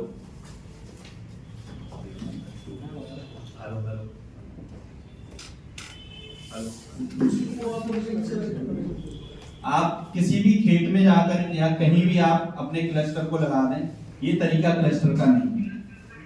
क्लस्टर का तरीका ये है कि आपको क्लस्टर वहां लगाना है जहां आपके गांव के और अन्य लोग भी देख सकें। बीच खेत में लगा देंगे तो उसकी इंपॉर्टेंस है। कभी आपने प्राइवेट कंपनियों के ट्रायल देखे? प्राइवेट कंपनियां जब भी ट्रायल लगाती हैं तो रोड किनारे लगाती हैं, ऐसी जगह लगाती हैं जहां आने जाने वाले लोग देखें। और हमने लगा दिया खेत के बीच में, तो वो कौन देखेगा? कोई नहीं, हमारा पड़ोसी देखे। सबसे महत्वपूर्ण चीज है, किसान भाइयों के अंदर आदत होती है तब तक वो कोई कार्य नहीं करता है जब तक उसका पड़ोसी नहीं करता है। तो उसी को समझकर ये आपको इतनी बड़ी जिम्मेदारी दी है, इसको जिम्मेदारी समझिए। सर बोल रहे थे मान रहे हैं, ये सब कुछ है, ठीक है, बट देश हित में कार्य और अपनी कृषि क्षेत्र में कार्य आपको ये करना है। तो आपका जो भी क्लस्टर है रोड किनारे होना चाहिए, जो आपके चलते चलते आपको लोग देखें, आपके क्लस्टर को देखें। तो एक ना एक दिन किसान भाई, जो जागरूक किसान भाई है, वो आपके पास आएगा और आपसे पूछेगा कि आपने क्या लगा रखा है, कौन सी नई तकनीक है, कौन सा नया सीड लगाया है आपने। उसमें उत्सुकता पैदा होती है, देख के उत्सुकता पैदा होती है, वैसे नहीं होती है। कृषि सखियों का भी महत्वपूर्ण इस योजना में कार्य है कि उनको प्रसार का काम दिया गया है, अवेयरनेस का कार्य। ये प्रोग्राम है वो भी एक अवेयरनेस का ही है कि हम आप सबको अवेयर कर रहे हैं प्राकृतिक खेती क्यों जरूरी है, क्यों नहीं। इसमें महत्वपूर्ण कार्य आपको भी दे रहे हैं कि आप भी गांव-गांव में जाके इसका प्रचार प्रसार करें, किसान भाइयों को बताएं कि आज प्राकृतिक खेती क्यों जरूरी है। अब चर्चा करते हैं प्राकृतिक खेती पे कि हमको इसकी जरूरत क्यों आन पड़ी। जैसे अभी सर ने भी बताया और वैज्ञानिक लोगों ने भी आपको बताया हुआ है कि हमने अपने खेत में इतना यूरिया और पेस्टिसाइड डाल दिया है कि आज हमारे खेत ऊसर की तरफ जा रहे हैं। अब हम लोगों में भी कमी है, हम लोगों को हरी खाद करना नहीं आता। बहुत से आपको पता है आगरा का क्षेत्र सबसे ज्यादा, अगर आप खाद्यान्न फसलों में कहेंगे तो अपने बाजरा होता है, उसके बाद गेहूं होता है। ऐसे ही हम अगर हॉर्टिकल्चर इस फसल में जाएंगे तो हमारे यहाँ सबसे ज्यादा आलू होता है, आलू की पैदावार सबसे ज्यादा है। हमारा किसान भाई क्या करता है, आलू पैदा करके खेत को खाली छोड़ देगा। खाली ना छोड़कर अगर उसमें वो हरी खाद भी करेगा तो खेत की शक्ति बनी रहेगी। अब आलू पैदावार करने के लिए उसने अत्यधिक यूरिया डाला, पेस्टिसाइड डाला और अपने खेत की शक्ति को खत्म कर दिया। आज उनके खेत ऊसर की तरफ जा रहे हैं, पानी नहीं जा रहा, उनकी जमीन सूख नहीं पा रही है, पानी को तो सफेद परत जम रही है। ये सभी आगरा क्षेत्र के किसान भाइयों की खेती में देखने के लिए मिल रहा है। अब इसको खत्म करने के लिए सबसे महत्वपूर्ण चीज ये है कि हमको हरी खाद करनी है। और हरी खाद में आप क्या कर सकते हैं, ढेंचा है, सनई है, लोबिया है। मगर इससे भी किसान भाई हाथ होता है क्योंकि ढेंचा का भी अब 150-200 रुपए कुंटल पहुंच रहा है। पिछली बार 150 रुपए रहा, 150 रुपए किलो रहा पिछली बार। कहाँ ढेंचा 30-35 रुपए का मिलता था, वो पिछली साल 150 रुपए गया। क्यों गया?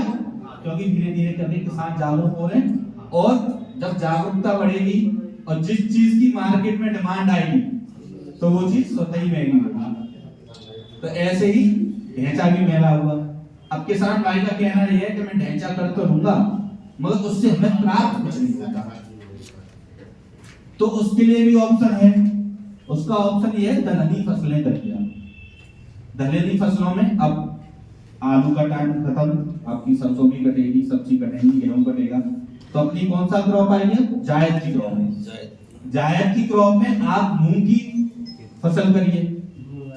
मूंग और उड़द आप दलहनी फसलों में कर सकते हैं। मूंग में तो नाइट्रोजन की पावर बहुत ज्यादा है जो अपने खेत को ऊसर होने से बचाती है। उससे क्या फायदा है आपको? आपके खेत को ताकत भी मिलेगी।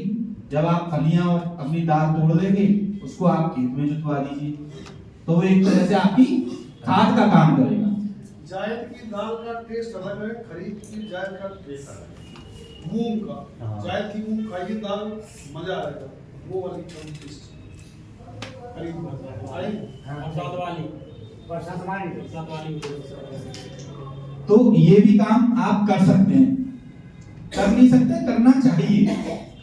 अगर आप चाहते हैं कि आपको ऐसी कोई फसल ना करनी पड़े जिससे आपको कुछ प्राप्त नहीं हुआ है, तो आप मूंग की फसल कर सकते हैं। और आप एनएससी चली जाइए, शिखा वैरायटी है, विराट वैरायटी है, अच्छी वैरायटी है ये, आप लीजिए और इसको फसल में अपने प्रयोग करिए। अगर आप प्रयोग नहीं करेंगे तो धीरे धीरे करके खेत हमारे ऊसर में जाएंगे, और इसी वजह से आज हमें प्राकृतिक की तरफ आना पड़ा। और प्राकृतिक खेती कोई बड़ी चीज नहीं है, हमारे पूर्वज सब प्राकृतिक खेती करते हुए आ रहे थे। जब इतना विकास नहीं हुआ था, ट्रैक्टर नहीं थे, आपकी मशीनें नहीं थी, आपका पेस्टिसाइड नहीं था, तब खेती नहीं होती थी। तब भी खेती होती थी, तब भी यही खेती होती थी। हम आए, मेरा भी 2021 में ज्वाइनिंग हुआ। हम पढ़ी हुई बातें जानते थे, मगर एक किसान भाई आया, उसने कहा कि मठा डाल के भी मिर्च पर जो वो लगता है वो रोग खत्म हो जाएगा। तो ये चीज कहाँ थी? पूर्वजों के पास थी ना, और उससे होता था। और हम क्या बताते हैं? पढ़ी लिखी हुई चीज बताते हैं। प्राकृतिक खेती में आपको प्राकृतिक संसाधनों से जो प्राप्त हो रहा है उससे आपको खेती करनी है, इसलिए उसके जीरो बजट फार्मिंग कहते हैं। इसको गो आधारित खेती इसलिए कहते हैं क्योंकि इसमें केवल देसी गाय का ही काम है। देसी गाय, अब आपके दिमाग में ये भी चीज आती है कि हम विदेशी गाय क्यों नहीं ले सकते, हम भैंस क्यों नहीं ले सकते? तो गोबर ही तो लेना है हमें, गोबर और गौमूत्र तो हम किसी से भी ले सकते हैं, उसमें ऐसी क्या दिक्कत है? तो हमारे जो मिट्टी होती है उसमें 17 पोषक तत्व होते हैं और हमें 4 पोषक तत्व ही प्राप्त हैं। हमारा देसी गाय के गोबर और गौमूत्र में जितनी भी आपके जमीन को पोषक तत्व चाहिए वो सभी विद्यमान हैं। अब दूसरी चीज आती है कि उसके जो हमारी देसी गाय है उनके गोबर और गौमूत्र में 300 करोड़ तक बैक्टीरिया पाए जाते हैं जो हमारी खेती के लिए महत्वपूर्ण है। और वहीं हम ले आए विदेशी गाय, तो विदेशी गाय में क्या मिल रहा है हमें? 70 लाख बैक्टीरिया। 300 करोड़ और 70 लाख बैक्टीरिया से आप अनुभव लगा सकते हैं कि कितनी आपके बैक्टीरिया को आपके खेतों के लिए जरूरत है। अब एक चीज और आई दिमाग में, आप लोग ये भी कहते होंगे जैविक खेती करना। जैविक खेती अभी पूर्णतः हम शुरू नहीं कर पाए, हम प्राकृतिक की तरफ ही सब चले गए। तो इनमें भी अंतर है। प्राकृतिक संसाधनों से प्राप्त को प्राकृतिक खेती कहते हैं और जैव उर्वरकों से बनके आपकी जैविक खेती होती है, जिसमें वर्मी कंपोस्ट आती है, आपका नीम ऑयल आता है, आपका अजोला आता है, डीकंपोजर आता है, जो आप जैव तरीके से बनाते हैं खाद्य के रूप में, वो आपकी जैविक खेती है और ये आपकी प्राकृतिक खेती है। इसमें भी आपको, अगर आप सब पहले भी, मैं पिछली मीटिंग में आया था तो आप सभी लोग थे, तो आप सभी जानते हैं, मगर मैं एक चीज अब आपसे जानना चाहता हूं कि आप लोगों में सुचारू रूप से कितने लोगों ने करना शुरू करी प्राकृतिक खेती?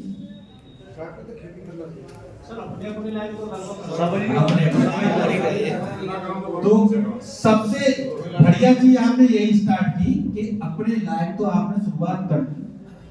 हमने भी अपने केवीके पे, आप में से कुछ किसान भाई आते हैं, तो हमने भी एक ट्रायल के रूप में लगाया हुआ है आप सभी लोगों को दिखाने के लिए कि जैविक खेती को आप कैसे कर सकते हैं, कैसे आप जीवामृत बना सकते हैं, कैसे बीजामृत बना सकते हैं, और साथ के साथ हमने किचन गार्डन भी बनाया हुआ है। उसका मुख्य उद्देश्य यही होता है कि अपने खाने योग्य बिना पेस्टिसाइड की आपकी सब्जियां मिल सके। अगर आप दैनिक उपयोग की सब्जियां ही अगर अपने आप से प्राप्त कर रहे हैं, तो जैसे सर बता रहे थे, डॉक्टर से आप बहुत कोसों दूर रहेंगे, क्योंकि आज सबसे बड़ी बीमारी कह लो और सबसे नॉर्मल बीमारी कह लो, कैंसर घर घर में निकल रहा है, और उसकी मुख्य वजह यही है कि हम पेस्टिसाइड युक्त सब्जियों का प्रयोग कर रहे हैं। तो इतनी आप सबसे सुनकर मुझे अच्छा लगा कि आप सबने प्राकृतिक खेती इतना शुरू कर दी है कि अपने योग्य आप सब्जी उत्पादन कर रहे हैं। प्राकृतिक खेती में जैसे आप सभी को पता है, जीवामृत बनता है, बीजामृत बनता है, घनजीवामृत बनता है, और अगर फफूंदीनाशक में जाए आप तो खट्टी छाछ भी बनती है, कीटनाशक में नीमास्त्र होता है, ब्रह्मास्त्र होता है। ये सब चीज उनके तत्व हैं जो केवल गौ आधारित है और गौ के गोबर और गौमूत्र से ही मिल रहे हैं। साथ के साथ आपको क्या मिलाना है, किसी में गुड़ मिलाना है, किसी में बेसन मिलाना है, और अगर पत्तियों वाला आ जाए नीमास्त्र है तो उसमें नीम की पत्तियां बनानी है, 10 पड़ी रखें तो उसमें 10 तरह के पौधों के वो मिलाने। ये सब आपको अगले 5 दिनों में पढ़ाया जाएगा और अगले आज ही सब टॉपिक खत्म कर दिया जाएगा तो कोई 5 दिन की ट्रेनिंग का मकसद पूरा नहीं होगा। तो मैं आपसे बहुत बहुत शुभकामनाएं देता हूं आपको। आप इसी तरह प्राकृतिक खेती में कार्य करते रहिए। और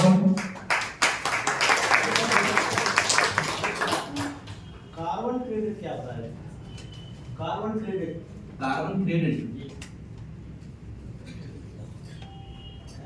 नेशनल फार्मिंग से जुड़ा हुआ कोई है? नहीं, कार्बन क्रेडिट ये होता है कार्बन बढ़ाने का नहीं ऐसी कोई स्कीम है क्या? ये लोगों ने नहीं स्कीम बोले आप कार्बन से स्कीम में जुड़ा है। हाँ, कार्बन क्रेडिट स्कीम कोई लॉन्च हुई है यूपी में, केवल यूपी में हुई है। किसानों के लिए चलो मैं पढ़ के आपको कल इसका जरूर बताऊंगा क्योंकि मुझे नहीं पता है। मोटा ये है कि जैसे आप नेचुरल फार्मिंग कर रहे हैं तो कहीं ना कहीं पर्यावरण की सुरक्षा कर रहे हैं आप, है ना, और आप पेड़ भी लगा रहे हो, तो इसके एवज में फ्रूट्स या फसल के पत्ते या अच्छे किसानों में गिनती आपका और ये सही वो ग्रीन कार्बन बनने उसका है। तो कार्बन क्रेडिट स्कीम के नाम से ही है। स्कीम क्या है ये बता रहे हैं, जो प्रकृति में प्रदूषण को कम करने के लिए आप ऐसे कोई भी काम करें, चाहे प्राकृतिक खेती हो या वनीकरण करें, ठीक है, ऐसे पौधे लगाएं जिससे प्रदूषण कम हो, तो उसमें एक आप क्रेडिट कार्ड दिया जाएगा, कार्बन क्रेडिट कार्ड, ठीक है। उस क्रेडिट कार्ड के माध्यम से जो वहाँ इंडस्ट्री लगाई जाएगी वो इंडस्ट्री प्रदूषण कराएगी, ठीक है। तो उसके एवज में इंडस्ट्री के माध्यम से गवर्नमेंट को उसे ले करके और फिर उसकी प्रदूषण की भरपाई आपके द्वारा की जा रही है, तो उसको कुछ एवज में आपको चलो आज मुझे भी नई चीज सीखने मिली इस ट्रेनिंग के माध्यम से। बहुत बहुत धन्यवाद आप सभी का। और आप सभी से निवेदन है कि अपने बहुत से किसान भाइयों को भी प्राकृतिक खेती के बारे में अवगत कराना। धन्यवाद। बहुत बहुत धन्यवाद। अभी हमारे बीच में केवीके के वैज्ञानिक श्री शिवम प्रताप सिंह जी अपने विचार व्यक्त कर रहे थे कि नजर को बदलिए नजारे बदल जाएंगे, और सोच को बदलिए सितारे बदल जाएंगे। कश्ती बदलने से कोई फायदा नहीं है, दिशा बदलिए किनारे बदल जाएंगे। आपको हम सबको अपनी सोच को बदलना होगा और रासायनिक खेती से वो मोड़कर प्राकृतिक खेती की ओर रुख करना होगा। तभी हमारी ये प्रशिक्षण सार्थक होगा, तभी इस तरह की गोष्ठियाँ सार्थक साबित होंगी। अभी बहुत अच्छा व्याख्यान दे रहे थे। अब हमारे बीच में कृषि विज्ञान केंद्र के योग वैज्ञानिक डॉक्टर संदीप सिंह जी उपस्थित हैं। उनसे बिना किसी देर से निवेदन करूंगा कि वो अपना विचार व्यक्त करें। धन्यवाद। किसान भाइयों, आप सब लोग प्राकृतिक खेती कर रहे हैं। क्यों कर रहे हैं प्राकृतिक खेती? एक तो हम उत्पादन अच्छा ले सके, खाने योग्य बढ़िया, और हमारी मिट्टी स्वस्थ रह सके। आप लोग देख रहे हो कि हमारी मिट्टी इस समय बहुत ही ज्यादा स्थिति मिट्टी की बहुत खराब है। आपका कई एरिया तो ऐसे हैं जिनमें मिट्टी हमारी ऊसर हो रही है। आप कभी अस्तेरा में या फतेहपुर सिकरी में गए हो तो कई गांव में वहाँ मिट्टी हमारी ऊसर हो रही है। आप लोग जैसे अपनी आप लोगों ने नेचुरल फार्मिंग कर रहे हैं, प्राकृतिक खेती कर रहे हैं, आप लोगों ने कभी अपनी मिट्टी की जांच करवाई है शुरू करने से पहले या शुरू करने के बाद? कभी किसी ने जांच करवाई है मिट्टी की? सैंपल तो सर भेजी है, देखो, जब आप बीमार पड़ोगे तो क्या रिपोर्ट वाला आपके घर पे रिपोर्ट देने आएगा या आप लेने जाओगे? नहीं, ये हमारे विभाग से जुड़े हुए ATM BTM ये नहीं, ये आपकी जिम्मेदारी है, आप अपनी मिट्टी की रिपोर्ट वहां से प्राप्त करें जाके। ये उनकी जिम्मेदारी नहीं है कि वो आपको घर जाके देंगे। आप उनसे 10 बार पूछें कि साहब हमारी मिट्टी की जांच का क्या हुआ। चलो ये जिम्मेदारी हम ले लेते हैं। तो आप मैं ले लीजिए, 100 लोगों को कर दोगे? नहीं सर, हम 125 लोग मेरे क्लस्टर के हम तो कह रहे हैं, आप अपने गांव में 100 लोगों की मिट्टी इकट्ठी कर दोगे? आप हम जांच करवा देंगे आपसे। आप हमें बस फोन कर दीजिएगा कि सब मिट्टी इकट्ठी है, आप ले जाएं। मिट्टी कैसे सैंपल लोगे आप? सब जमीन में कम से कम 1 बिलान गहरा गड्ढा खोदेंगे। ठीक है साहब। और खेत के एक जगह से कर लेगा 4 कोने के 4 कोने जो 20 से ले लो, 20 से ले लो। तरीका सही है मिट्टी का जांच का? उसमें से भुरभुरी करके मिट्टी नहीं नहीं नहीं, 4 कोने जो और 20 से मिट्टी लोगे, ये तरीका सही है जांच का? ये प्रोग्राम आया मेरे से 10 मीटर पीछे से ले गई है। सैंपल तो से लेने के पर बता नहीं पा रही और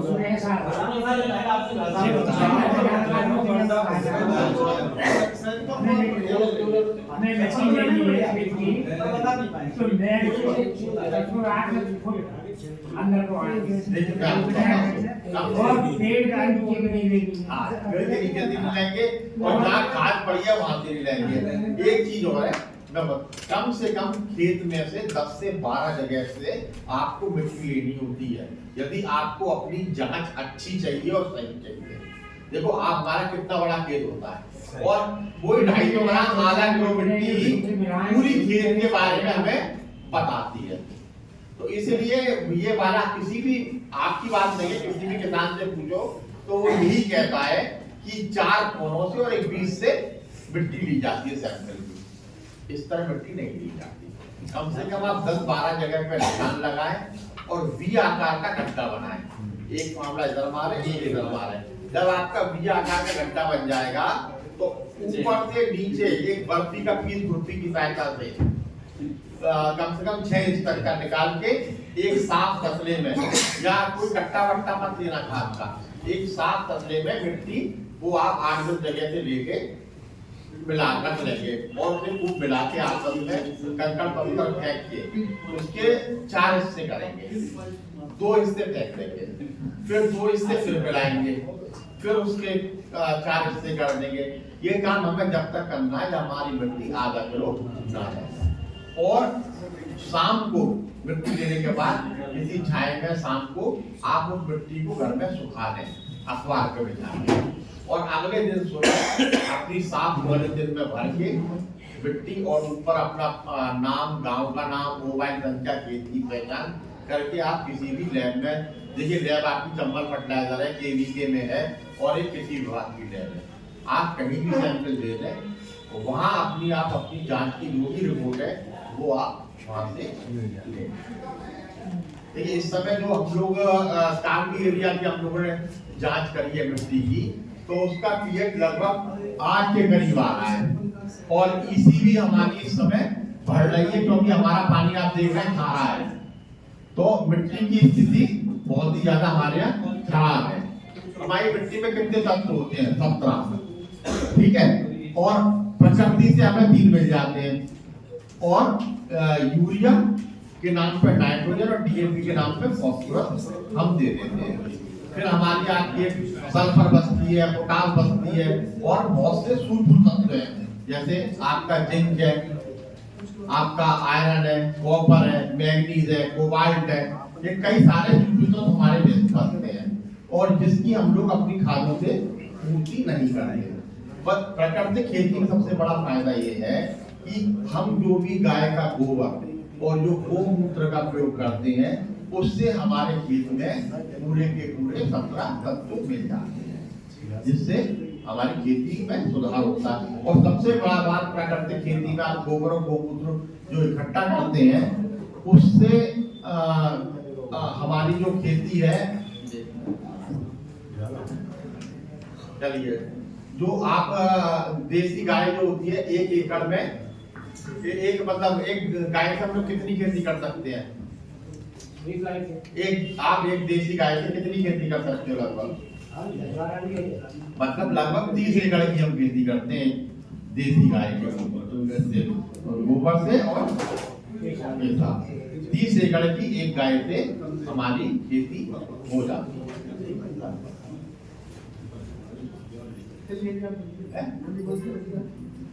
लगभग 30 एकड़ की खेती हो गई।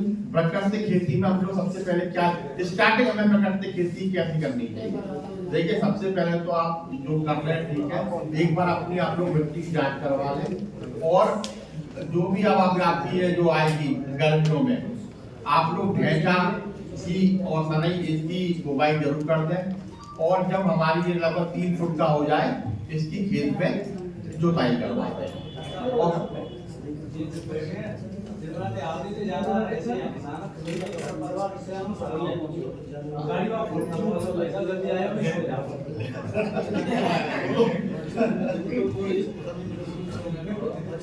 नहीं, प्राकृतिक खेती की जो चीज है बनाने की विधि, मैं तो खाली आज मिट्टी की बात करता हूँ तो मैं जानता हूँ काफी एक मेरे तो प्राकृतिक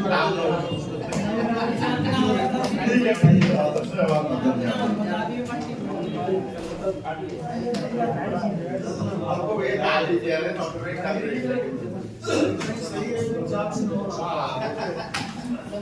बहुत बहुत धन्यवाद। अभी हमारे बीच में ट्रेनिंग के वैज्ञानिक डॉक्टर संदीप सिंह जी, वैसे तो आपने कई बार इनको सुना है और जानकारी देते रहते हैं। अब काफी समय हो चुका है आपको और भोजन का भी समय है, तो मैं चाहूँगा कि आप सभी लोग लंच कर लें तथा स्थान पर बैठे रहें।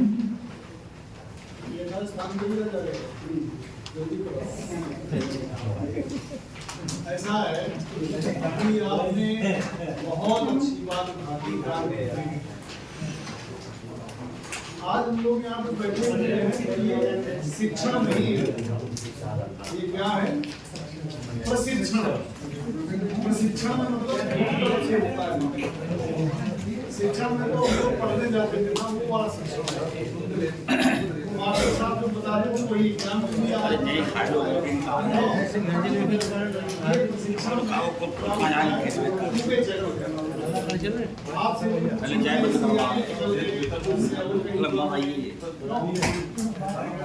और कहा तो ये जाता है ज्ञान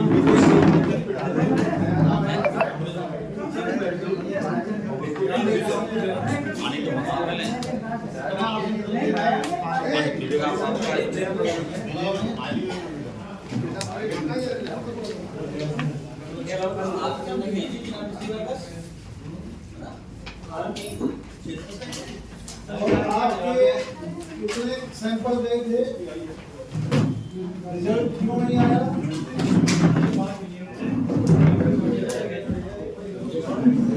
सचेत किया गया।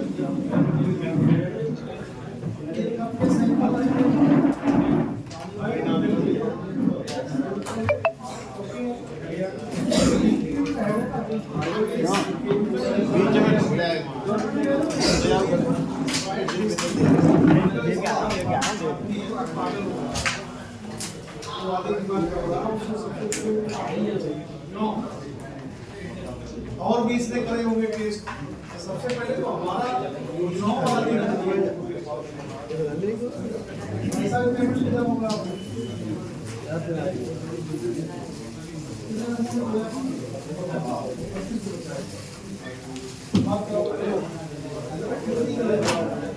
हम लोग का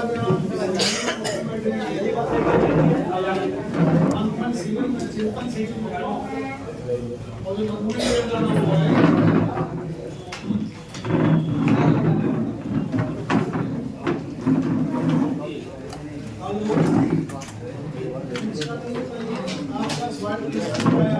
इधर दे दूंगा।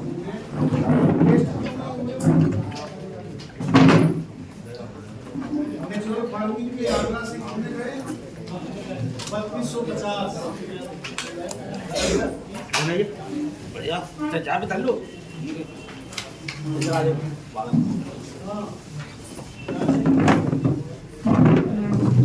पानी साफ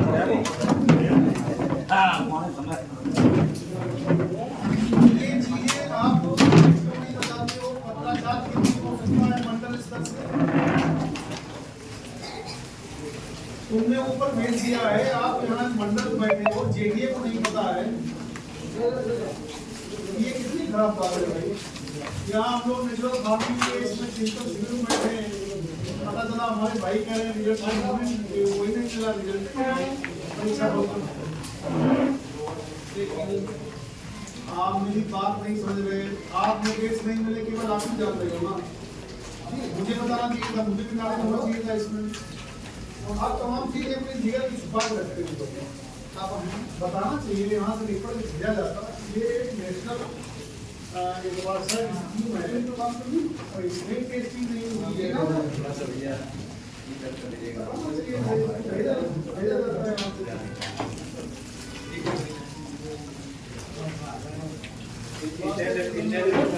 बात मैं भी बोलना